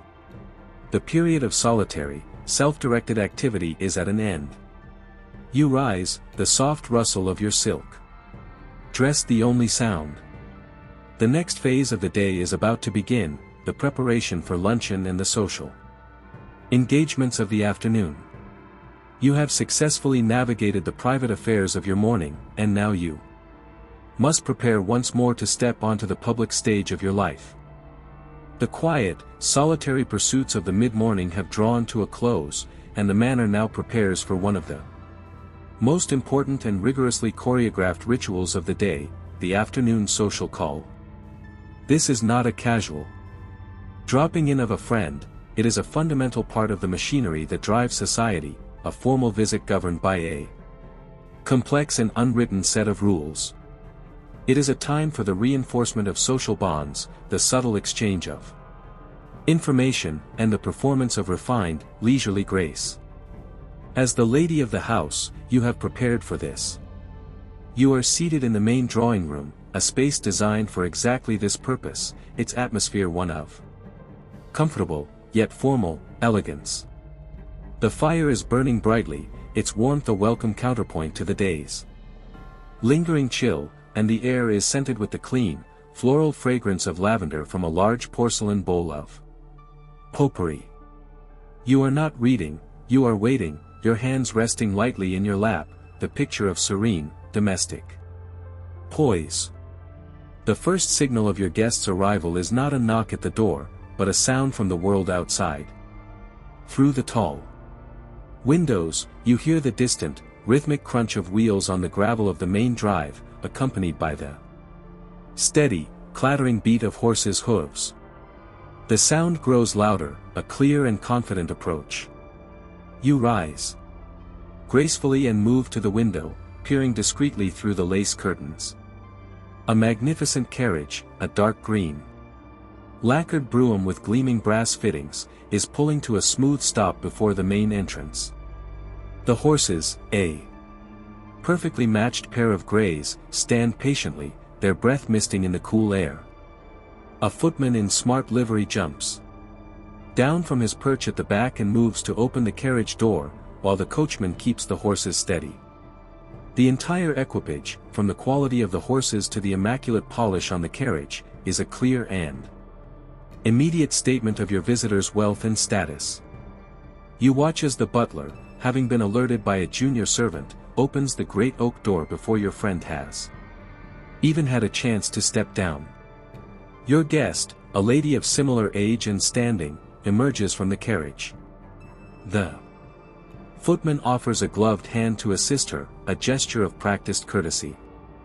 She hands the butler her calling card from a small, silver card case. It is a small, stiff white card, engraved with her name and perhaps the name of her London club. One corner of the card is turned down, a subtle signal indicating that she has delivered the card in person rather than having it sent by a servant. This small piece of cardboard is a vital token in the complex game of social etiquette. The butler accepts it on a silver tray, announces that you are at home and receiving guests, and then precedes her into the house to announce her arrival to you. The entire process is a silent, formal ballet, a series of choreographed movements that affirm the status and importance of everyone involved. Your friend is shown into the drawing room, and you move forward to greet her. The greeting is one of gentle, restrained affection. A warm smile, a soft, "My dear, how wonderful to see you," and a delicate touching of gloved hands, perhaps accompanied by a light, brushing kiss on each cheek. There are no loud exclamations or effusive hugs. Your manners, like your clothing, are perfectly composed. You guide her to a comfortable armchair near the fire, and you both sit, your long skirts settling around you with a soft rustle of silk and petticoats. For a few moments, the conversation is light and general, a polite overture to the main event. You inquire after her health, she compliments the beauty of the flowers in the room, and you both comment on the pleasantness of the weather. As you speak, she might unfurl a fan of painted silk or ostrich feathers. The fan is not merely for cooling, it is an extension of her hand, a tool for elegant, subtle gestures. The way it flutters, snaps shut, or is held before the mouth can add a layer of nuance and drama to the conversation that follows. After a few minutes of this polite preamble, you ring a small silver bell on a nearby table. This is the signal for the tea to be served. A maid enters, pushing a wheeled mahogany tea trolley, its surface laden with the gleaming implements of the tea ceremony. The trolley itself is a thing of beauty, but its contents are the true stars of the show. The tea service is of the finest bone china, translucent and delicate, each piece hand-painted with a pattern of forget-me-nots and gold leaf. There is the proud, round-bellied teapot, a matching jug for hot water, a cream jug, a sugar bowl, and the beautiful, shallow teacups with their matching saucers. Accompanying the china is the heavy, ornate silver, the teapot stand, beneath which a spirit lamp burns to keep it warm, the sugar tongs for lifting the cubes, the delicate teaspoons, and a fine meshed tea strainer. And then there is the food, a tiered silver cake stand laden with an array of delicate pastries and sandwiches. The bottom tier holds a plate of exquisitely prepared sandwiches, tiny, crustless squares and triangles of soft white bread, filled with nothing more than thinly sliced cucumber, or a peppery watercress and butter mixture. The middle tier holds the scones, still warm from the kitchen, nestled in a folded linen napkin, waiting to be served with bowls of thick, pale clotted cream and glistening, jewel-toned strawberry jam. The top tier is a colorful assortment of miniature cakes and fancies, a slice of Battenberg cake with its distinctive pink and yellow checkerboard pattern, a small tart filled with glistening lemon curd, a rich, dark chocolate eclair, and delicate almond macarons. The entire display is a testament to the skill of your cook and the generosity of your hospitality. The room now smells not only of lavender and beeswax, but of the warm, comforting scent of the scones and the bright, zesty aroma of the lemon cakes. As the hostess, the ritual of serving the tea is your performance. You pour the hot, fragrant tea from the silver pot into each cup, the dark liquid a striking contrast to the white porcelain. Milk, my dear, you ask, your voice a soft murmur. You add the milk and a cube of sugar, stirring gently, the clinking of the silver spoon against the china a soft, pleasant music. You pass the cup to your friend, and then prepare your own. The act of drinking tea is equally stylized, the cup held delicately, the pinky finger slightly extended, a sip taken without any sound. This ritual is the very heart of the social call, a shared, comforting ceremony that creates the perfect atmosphere for the true purpose of the visit, the exchange of information. Once the tea has been poured and the first delicate bites of a cucumber sandwich have been taken, the servants withdraw, leaving you and your friend in complete privacy. The tone of the conversation subtly shifts. The voices become lower, more intimate, leaning in closer together over the teacups. The polite generalities are set aside, and the whispered gossip begins. Your friend, her eyes sparkling with the pleasure of sharing a secret, leans forward. My dear, she begins, were you at the Abercrombies' dance last week? You confess you were not, which is the perfect opening for her to recount the entire event. She describes who was there, who they danced with, and most importantly, what they were wearing. She might comment on how a certain young lady's gown was perhaps a season out of date, or how another's diamonds were surprisingly magnificent. Then comes the real news. Well, you will never guess what has happened with the proposal between Lord Billington's son and Miss Ainsworth. This is a topic of intense interest, as the union of two such prominent families has been the talk of society for months. It is off, your friend whispers, her fan fluttering with a little more energy. Completely off. You lean in, your expression one of rapt attention. This is social currency of the highest value. The two of you spend the next 20 minutes dissecting this news.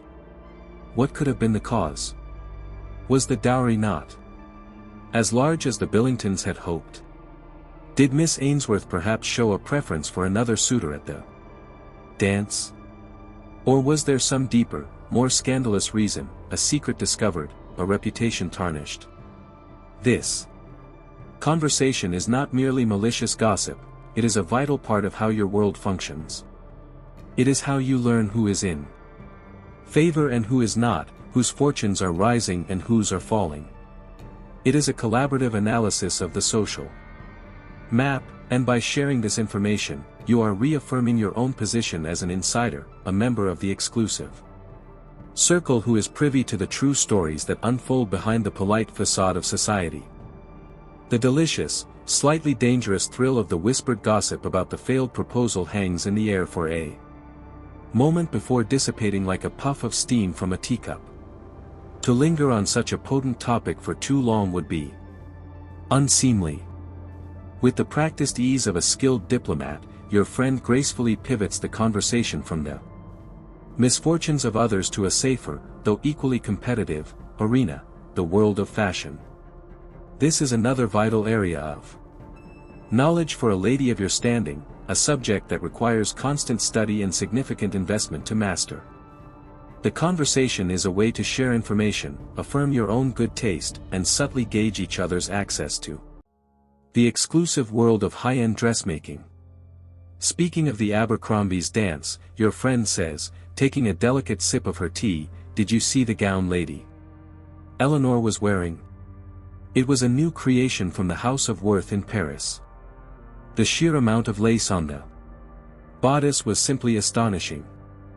This opens the floodgates to a detailed and analytical discussion of the latest trends.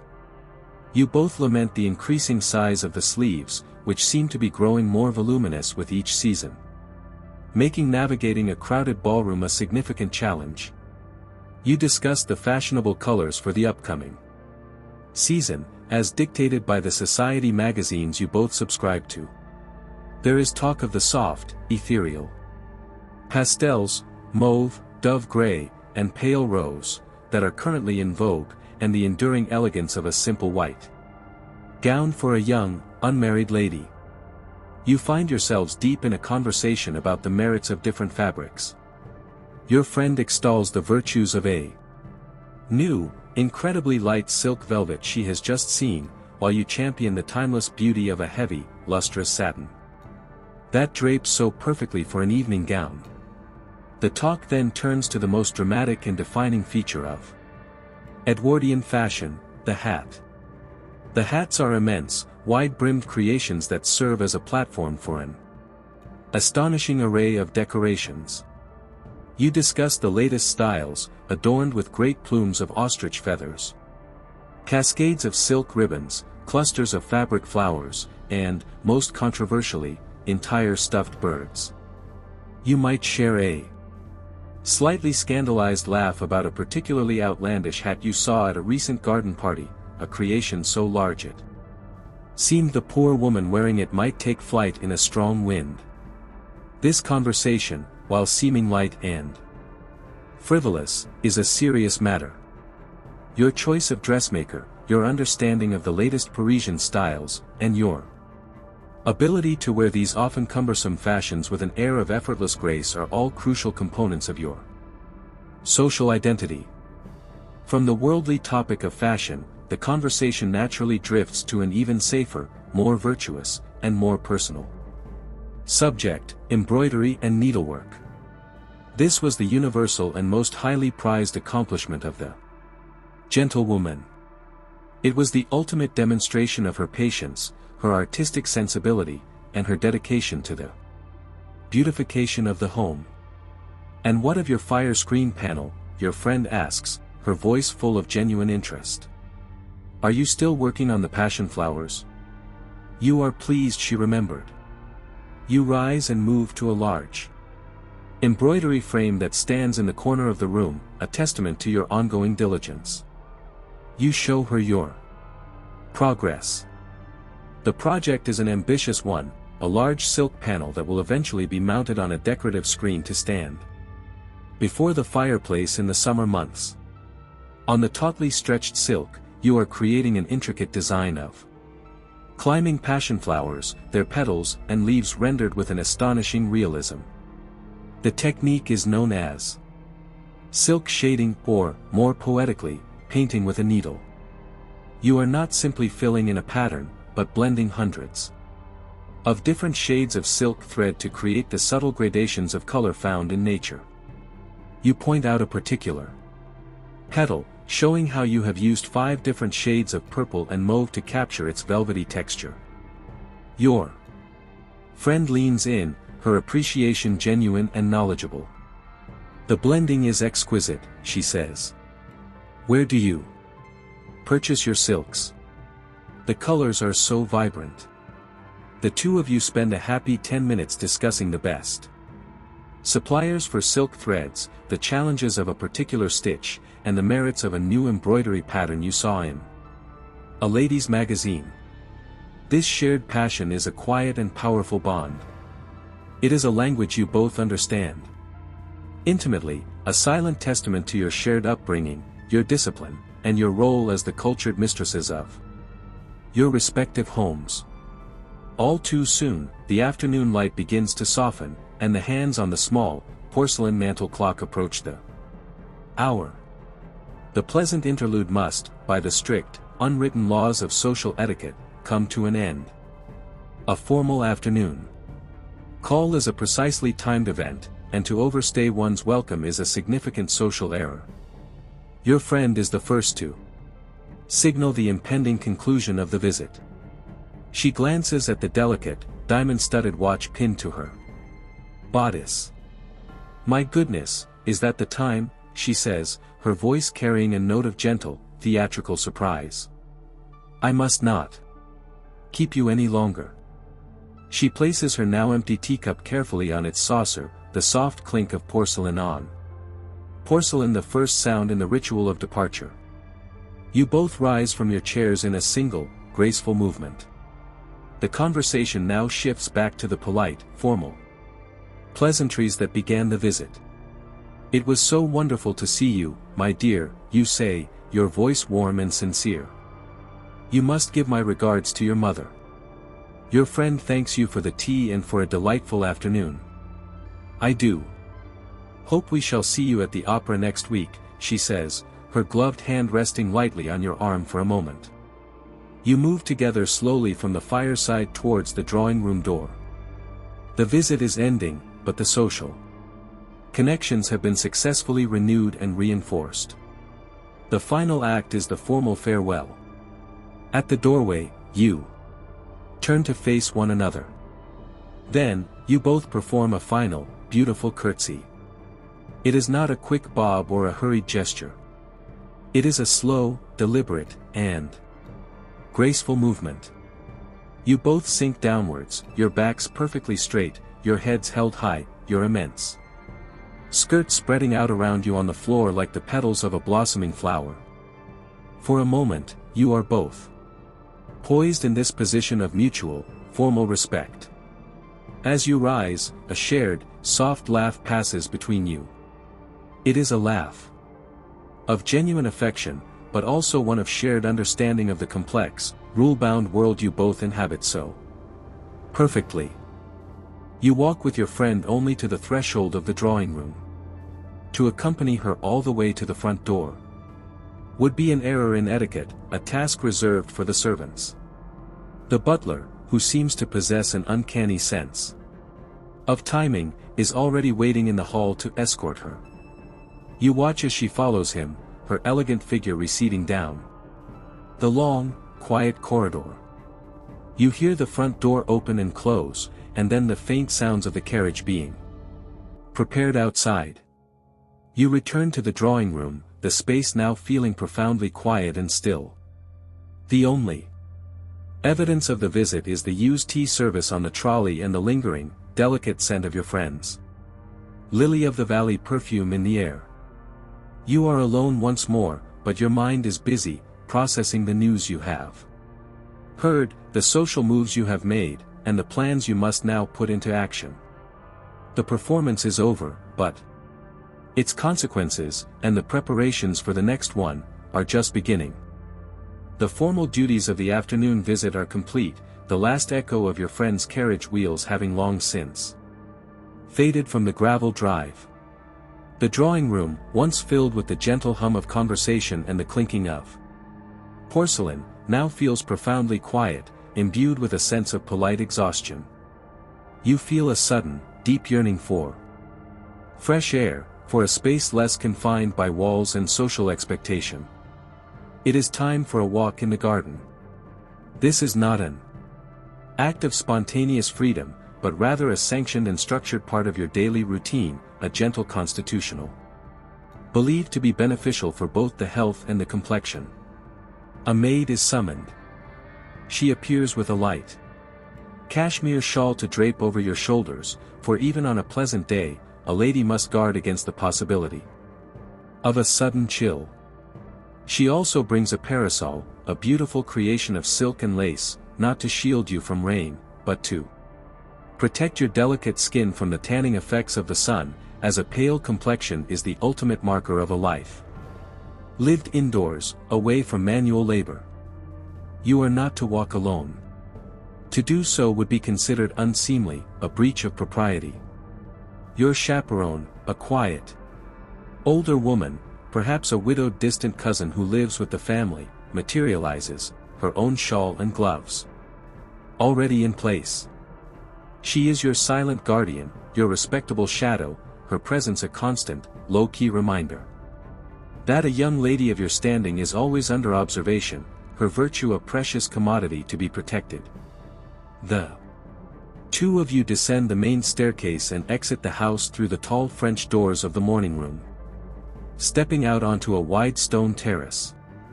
The change in atmosphere is immediate and welcome.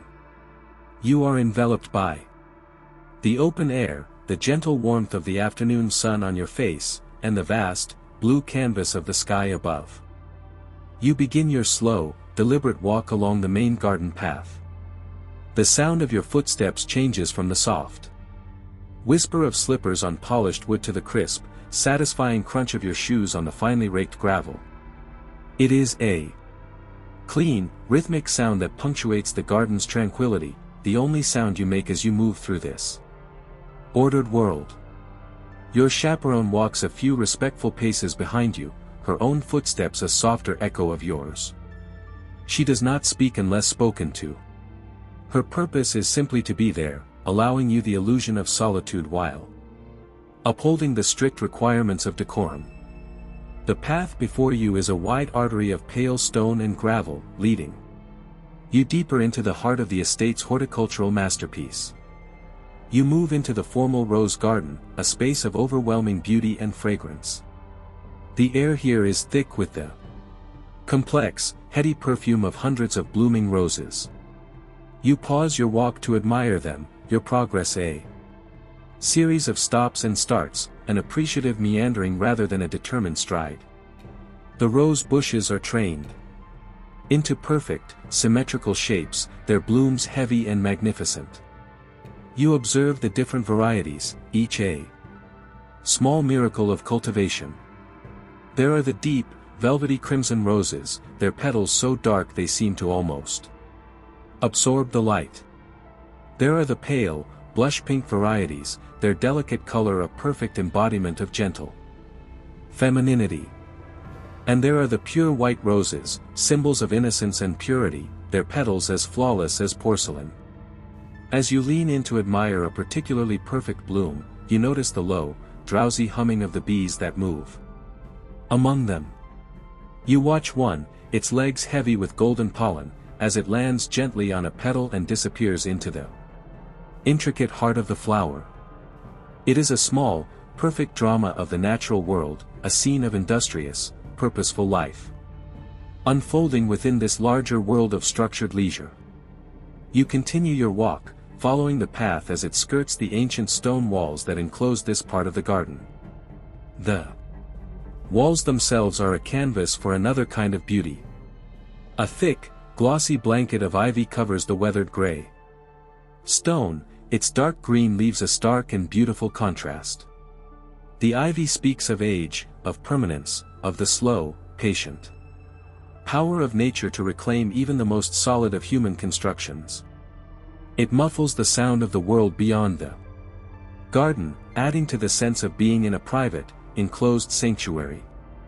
You reach out a gloved hand and gently touch one of the ivy leaves.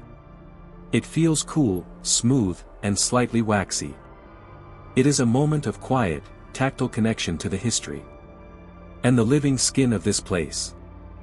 Your path leads you to a more secluded part of the garden, a small, circular space enclosed by a high yew hedge.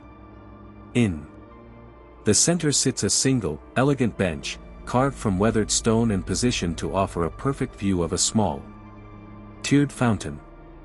This is a place designed for quiet contemplation. You take a seat on the cool stone, arranging your long skirt carefully around you. Your chaperone, understanding the unspoken rules, selects a spot on another bench some distance away, taking out a small piece of needlework from her reticule, granting you a respectful and cherished illusion of privacy. The only sound now is the gentle, repetitive splashing of water from the fountain, a soothing, meditative music. You fold your hands in your lap, your gaze distant, and for the first time today, you allow your own thoughts to come to the surface. This is your quiet bench moment, a time to process the day and contemplate the vast, uncertain landscape of your future. Your thoughts inevitably turn to marriage. It is the great, defining purpose of your existence, the ultimate goal of your education, your accomplishments, and your carefully guarded reputation. You think of the letter you wrote this morning to the suitor your father has approved of. You barely know the man. You have met him a handful of times at balls and dinner parties. You know he comes from a good family, that his estate is large, and that he is considered a Respectable match. You try to picture a life with him, to imagine being the mistress of his house, the mother of his children. The image is a strange, blurry mixture of security and surrender. It is the future that everyone expects for you, a future of immense privilege and profound duty. It is a safe harbor, but it is also a cage, however gilded. A gentle breeze rustles the leaves of the climbing roses that frame the archway behind you, and your thoughts drift. With it, you dream of travel. You have read about the world in books from your father's library, your imagination fired by descriptions of places that seem impossibly exotic and romantic. You picture yourself not in the gentle, green landscape of England, but standing amidst the sun-baked, classical ruins of Rome, touching the very stones that the Caesars had touched. You imagine floating down a canal in Venice, the sound of the water lapping against the gondola, a world of beautiful decay and artistic splendor. You dream of the artistic salons of Paris, of engaging in witty, intellectual conversations with painters and poets, of experiencing a world of ideas and passions that feels so distant from your own. This dream is a yearning for freedom, for new sensations, for a life lived outside the predictable, cyclical routines of the English social season. This quiet yearning for travel then deepens into a more dangerous, more secret thought, the dream of escaping tradition itself. You look at your gloved hands, at the restrictive line of your corseted waist, at the cumbersome length of your skirt, and you feel a fleeting, almost rebellious, sense of confinement. You wonder what it would be like to make your own choices, to read any book you wished, not just those deemed suitable for a lady. You wonder what it would be like to have a true profession, to use your mind for something other than managing a household and navigating social etiquette. You have heard whispers of the new movements, of the suffragettes demanding the vote, of women attending university. These ideas are radical, shocking, and spoken of in your circle only with derision and disapproval. Yet, here in the quiet solitude of the garden, the thought is a tiny, persistent seed. It is not a plan for rebellion. It is a quiet, internal questioning, a recognition of the profound gap between the life you are destined to live and the infinite possibilities of the self you keep hidden away. The gentle splashing of the fountain is the only witness to these silent, secret dreams, a quiet counterpoint to the deep, unspoken desires of a young woman sitting on a stone bench, contemplating the beautiful, ordered prison of her own life. Your reverie on the stone bench is a private, silent drama, a world of thought and feeling that exists only within the confines of your own mind. As you ponder the vast and intimidating shape of your future, a subtle, rhythmic sound slowly seeps into your consciousness, pulling you back to the present moment. It is the gentle, precise snip, snip, snip of garden shears, a sound of careful, methodical work. You lift your gaze from the unchanging pattern of the gravel path at your feet and look across the lawn. There, moving along the edge of a great stone wall, is the gardener. You did not see him before, so lost were you in your own world, but you realize he must have been there all along, a silent, industrious presence in this peaceful landscape. He is the silent architect of this beauty, the invisible hand that coaxes perfection from the soil. You watch him as he works on the climbing roses, his task to train their wandering, thorny branches against the weathered stone. He is a man who seems to have been grown from the earth itself. He is dressed not in livery, but in the simple, durable uniform of his trade, heavy corduroy trousers, a collarless flannel shirt, and sturdy, mud-caked boots. A worn tweed cap sits on his head, shielding his eyes from the afternoon sun. His face and hands are weathered, tanned by a lifetime of exposure to the elements, the skin lined with a network of fine creases that speak of sun, wind, and rain. He moves with a slow, deliberate economy, his body attuned to the rhythms of his work. There is no wasted motion. Each clip of his shears is precise, each tie of the jute twine that secures a branch is deft and firm. He is completely absorbed in his task, his focus absolute. His presence is entirely respectful of yours. Though he is only 50 yards away, he exists in a separate sphere. He is profoundly aware that you, the lady of the manor, are seated on the bench, yet he never once turns his head in your direction. His gaze remains lowered, fixed upon the leaves and thorns and soil. This is not born of shyness, but of a deep, ingrained understanding of the vast social chasm that separates you. To meet your eye directly, unless you were to address him first, would be an unthinkable presumption, a breach of the invisible but unbreakable wall that divides your worlds. His silence is not just an absence of sound, it is a conscious act of deference. He and his work are meant to be a feature of the landscape, a part of the picturesque scenery, not an individual to be acknowledged. You watch him, and your own complex thoughts about your future seem to fade into the background, replaced by a kind of detached, anthropological curiosity. His life is a mirror image of your own. Your hands, protected by soft kidskin gloves, are trained to create delicate embroidery. His hands, bare and calloused, are trained to tame the wildness of nature. Your days are structured by a rigid timetable of social calls, meals, and fittings. His days are structured by the rising and setting of the sun, the turning of the seasons, and the immutable needs of the living things he tends. He possesses a knowledge you can scarcely imagine, an intimate understanding of the soil, of the weather, of the secret life of roots and buds. You, in turn, possess a knowledge of French poetry, of watercolor painting, and of the precise order of precedence at a dinner party, skills that would be as useless to him as his knowledge of pruning would be to you. For a fleeting moment, you wonder about his life, his thoughts, his dreams. Does he feel a sense of pride in this beautiful world he has created?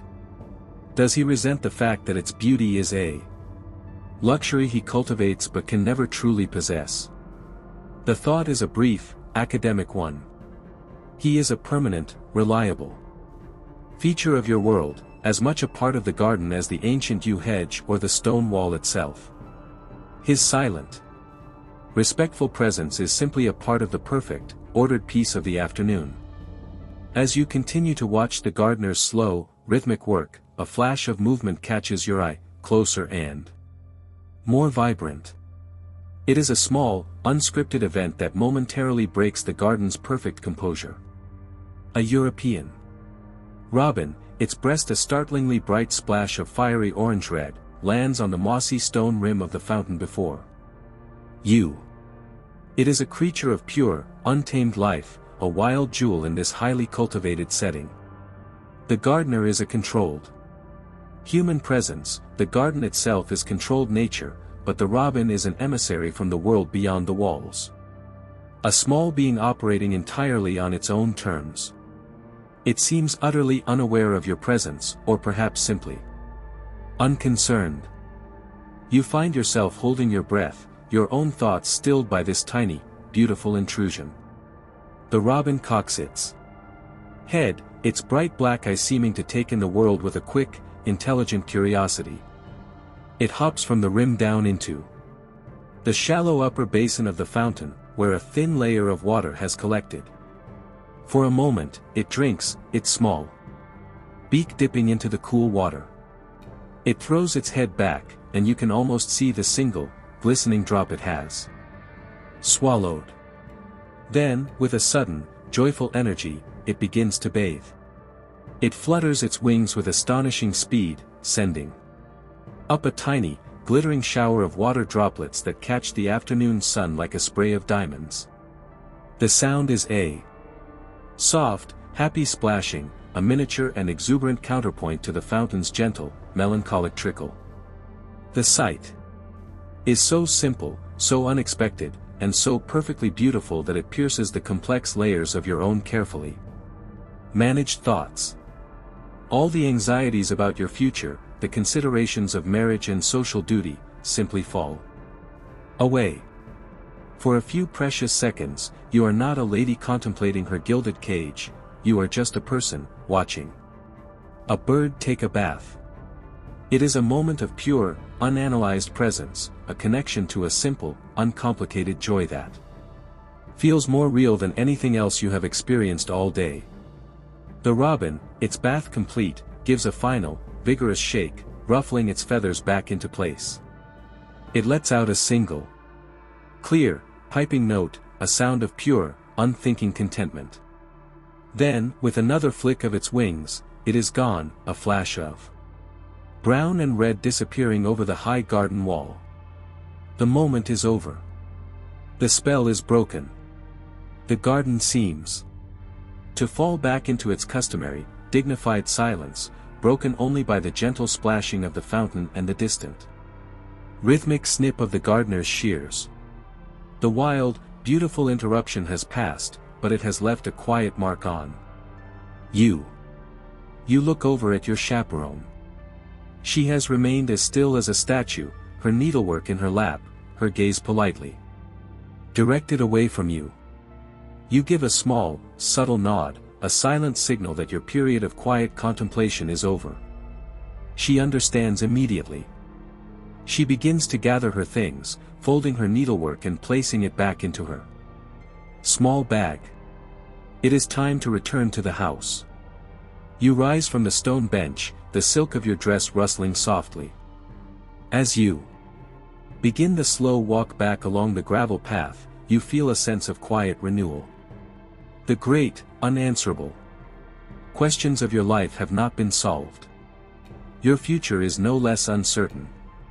But the small, perfect vision of the robin in the fountain has given you a moment of pure, uncomplicated beauty to hold on to.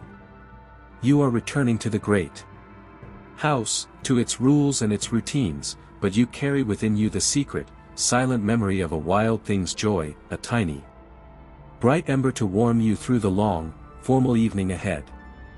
The gentle, contemplative peace of the afternoon garden walk has faded, and a new energy begins to permeate the manor.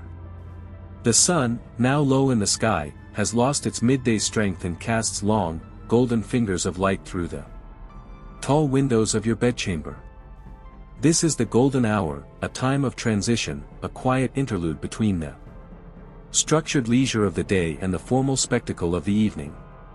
Your return to your private apartment signals the beginning of the day's second great transformation.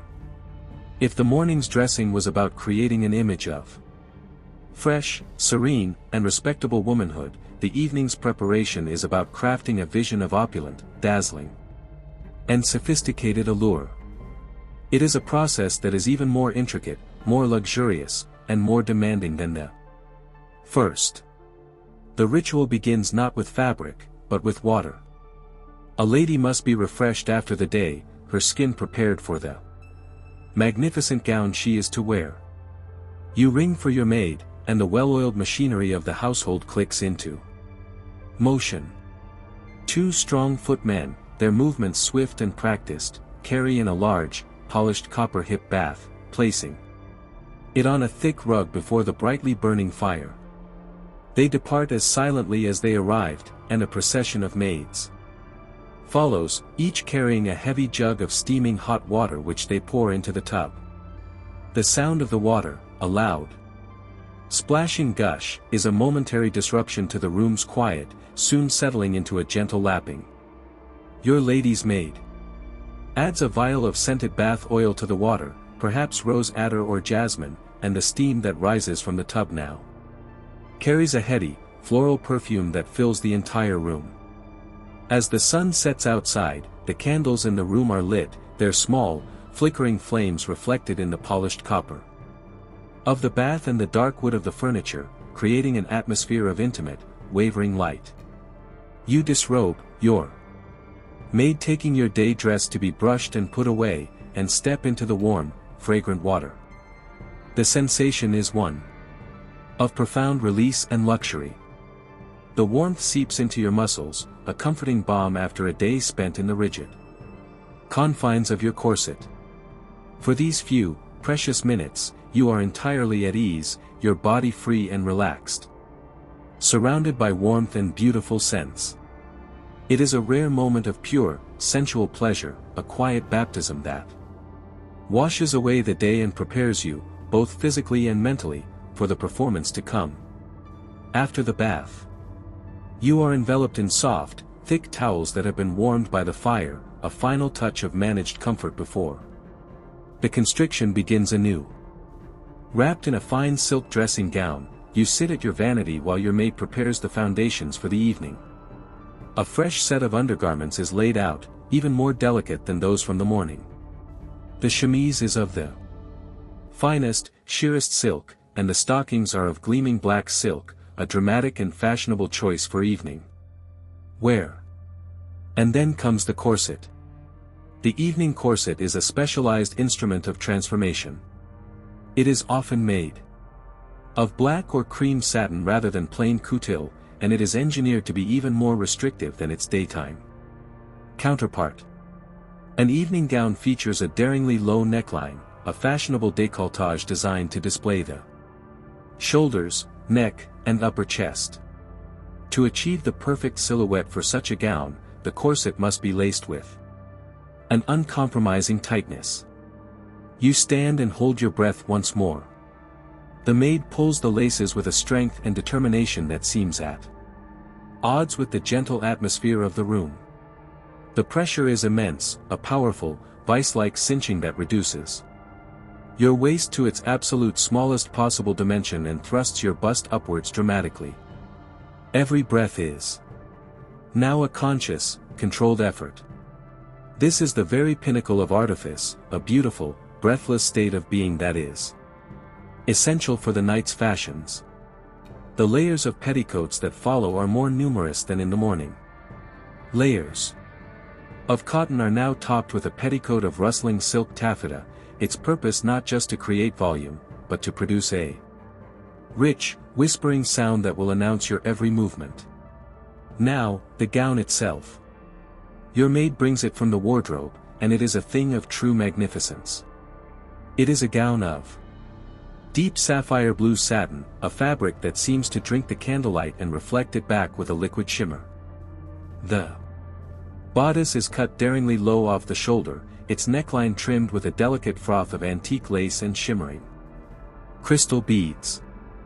The sleeves are little more than tiny, decorative puffs of lace at the shoulder, leaving your arms entirely bare, a stark contrast to the high-necked, long-sleeved modesty of your morning dress. The skirt is a masterpiece of drapery, falling in a straight, elegant line at the front but sweeping out behind you into a long, formal train that is designed to glide over the polished ballroom floors. As your maid fastens the dozens of tiny hooks at your back, you feel yourself being sealed into a new persona, one of theatrical glamour and sophisticated elegance. With the gown in place, you sit once more at your dressing table for the elaborate ritual of the evening coiffure. Your hair is brushed again until it gleams, and then your maid begins to work it into a more complex and formal style than the morning's simple pompadour. It is swept high, with intricate braids and curls woven together, a sculpted creation, held in place with dozens of pins. The entire structure is designed to be a stable platform for the evening's most important adornment, the tiara. As your hair is being done, you can hear the faint, beautiful sound of a piano being played downstairs. A guest has likely arrived early and is entertaining themselves in the drawing room. The soft, distant notes of a Chopin nocturne drift up to your chamber, a beautiful, melancholic soundtrack to your transformation, a reminder of the elegant evening that awaits you. Your hair is complete. Now, for the final, glittering touches. Your maid brings forth your main jewelry box, a heavy casket of dark wood lined with deep blue velvet. She opens it to reveal a dazzling treasure trove, the firelight catching on the facets of diamonds, sapphires, and emeralds. For the evening, simple pearls will not do. Tonight is about brilliance. Together, you make the selection. You choose a magnificent diamond necklace, a river of light that will lie against your collarbones, its cold, heavy weight a thrilling sensation against your skin. Matching diamond earrings are clipped to your ears, and a series of diamond bracelets are clasped around your wrists. You are no longer just a lady, you are a living display of your family's immense wealth and power. The final accessories are prepared. A pair of long, white kidskin gloves that reach far above your elbows are taken from a drawer. Your maid dusts the inside of them with finely powdered French talc, which will help them slide smoothly over your arms. You draw them on, a slow, careful process, the soft, tight leather a second skin. A folding fan of intricately carved ivory and painted silk is selected. A fine lawn handkerchief, embroidered with your monogram, is touched with a single drop of a heavier, more exotic perfume, perhaps with notes of musk or ambergris, a scent for the night. The transformation is absolute.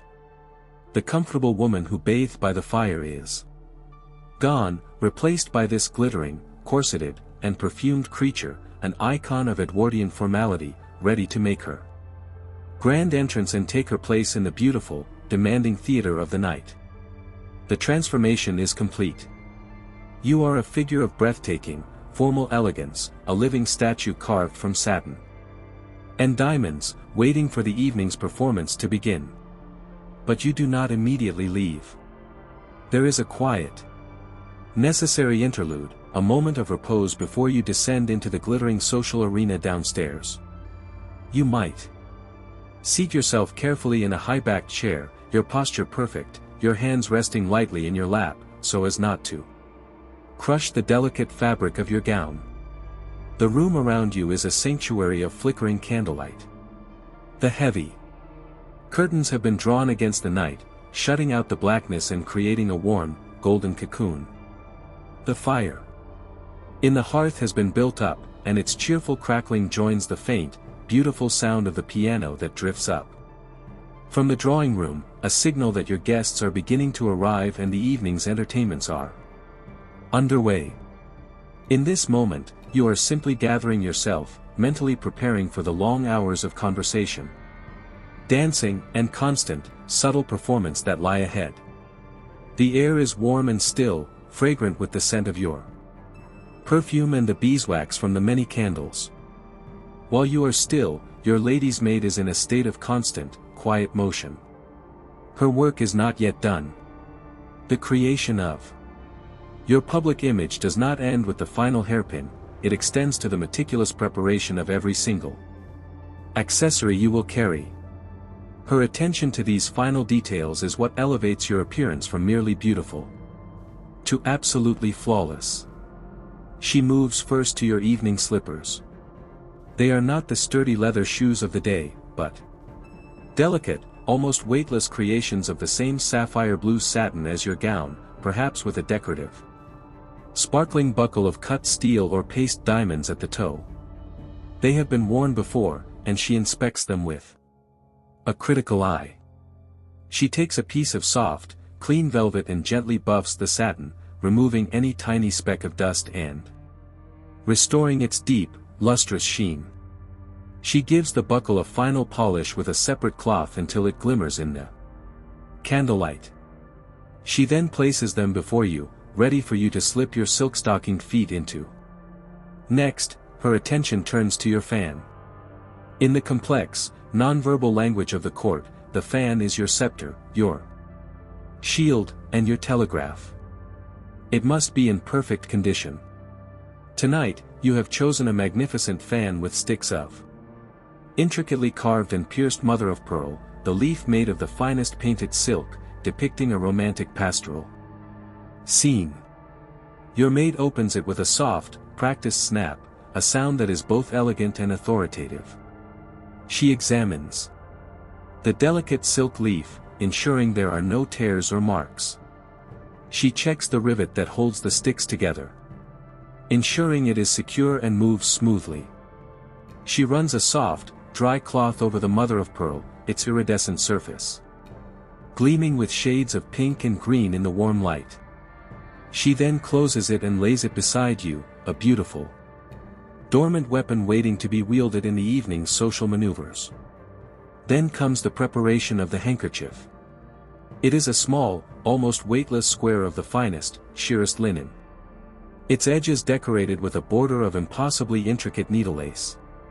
It is a symbol of feminine delicacy, but its preparation is a practical science. To perfume it directly would risk staining the fine fabric. Instead, your maid takes your evening perfume, a more exotic and heady scent than the one you wore during the day, perhaps with notes of ambergris or musk. She sprays a fine mist of the fragrance not onto the handkerchief itself, but into the air within a small, silk-lined drawer. She then places the handkerchief inside, closing the drawer to allow the fabric to gently and evenly absorb the scent. After a few minutes, she retrieves it. It now carries a subtle, lingering fragrance that will be released when you touch it to your wrist or your temple. She folds it into a perfect, tiny, sharp-creased square and tucks it into your evening bag. This bag, a small, beaded reticule with a silver chain, is the final object of her attention. It is your entire portable world for the evening. Into it, she places the scented handkerchief. Next to it, she adds a tiny, engraved silver pot containing a perfumed lip salve. She checks that the small, ivory-backed dance card is in its pocket, its tiny pencil sharpened and securely attached by its silk cord. Finally, she adds a small, cut-glass vial of smelling salts, stoppered with silver. This is a practical precaution against the stuffiness of a crowded ballroom or a corset laced a fraction too tightly. Her work is a silent, focused ritual, a testament to the immense, invisible scaffolding of labor that is required to support your seemingly effortless grace. As she works, you might hear her humming softly to herself, a low, tuneless sound of contented concentration. It is the sound of a skilled artisan deeply engrossed in her craft. In these quiet moments of shared, purposeful silence, the unique bond between you and your maid is most apparent. While an unbridgeable social gulf separates you, you are the mistress, and she is the servant. In this room, you are partners in a single, vital enterprise, the creation and maintenance of your public self.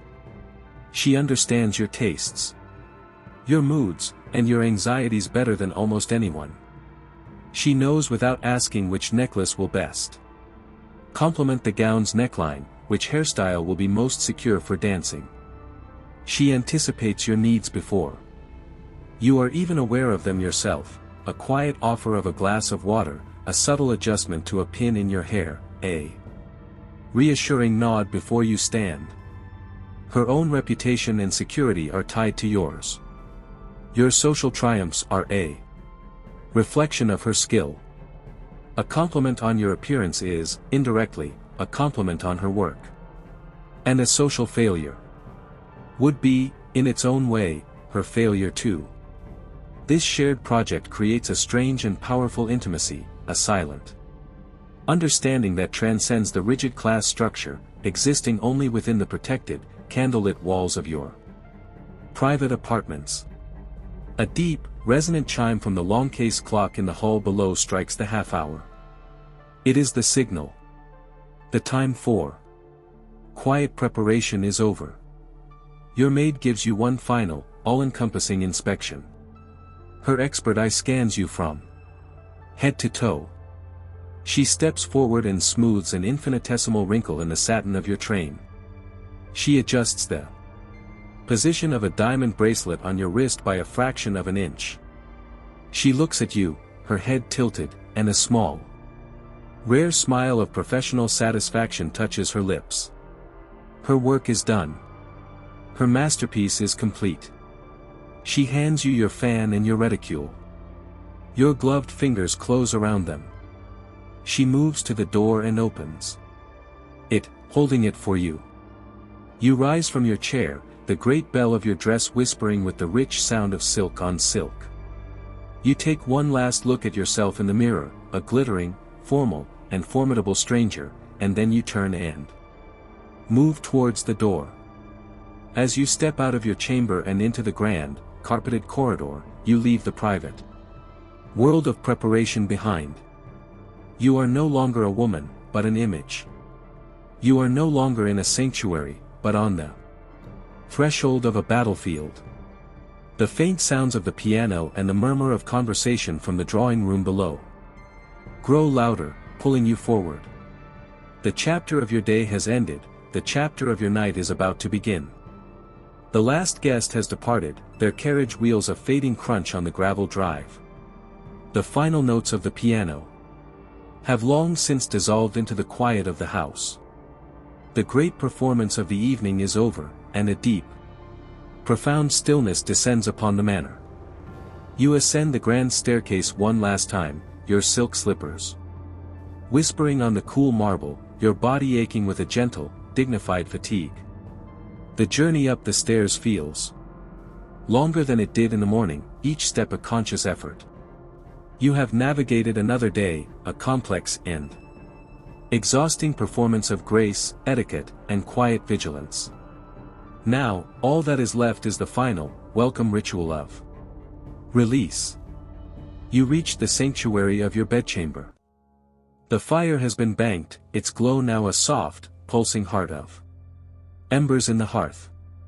The gas lamps have been turned down low, and a single candle on your bedside table casts a gentle, wavering light. Your lady's maid is waiting, her presence a quiet promise of comfort and the end of all artifice. The great deconstruction begins. It is a slow, methodical process, a reverent dismantling of the glittering sculpture. You have been all evening. You stand before the mirror as your maid begins her work, and you watch your public self dissolve, one layer at a time. First come the jewels. The heavy diamond necklace feels cool on her fingers as she unclasps it, and the sudden lightness on your neck is a palpable relief. The bracelets and earrings follow, each piece returned to its velvet-lined box, the quiet click of the lid a sound of finality. The long, white kidskin gloves, which have encased your hands for hours, are gently peeled away, finger by finger, and your skin breathes. The tiara, that glittering crown of your social standing, is carefully unpinned and lifted from your hair, its removal feeling like a heavy weight being lifted from your very thoughts. Then, the gown itself. Your maid works her way down the long row of tiny, hidden hooks at your back.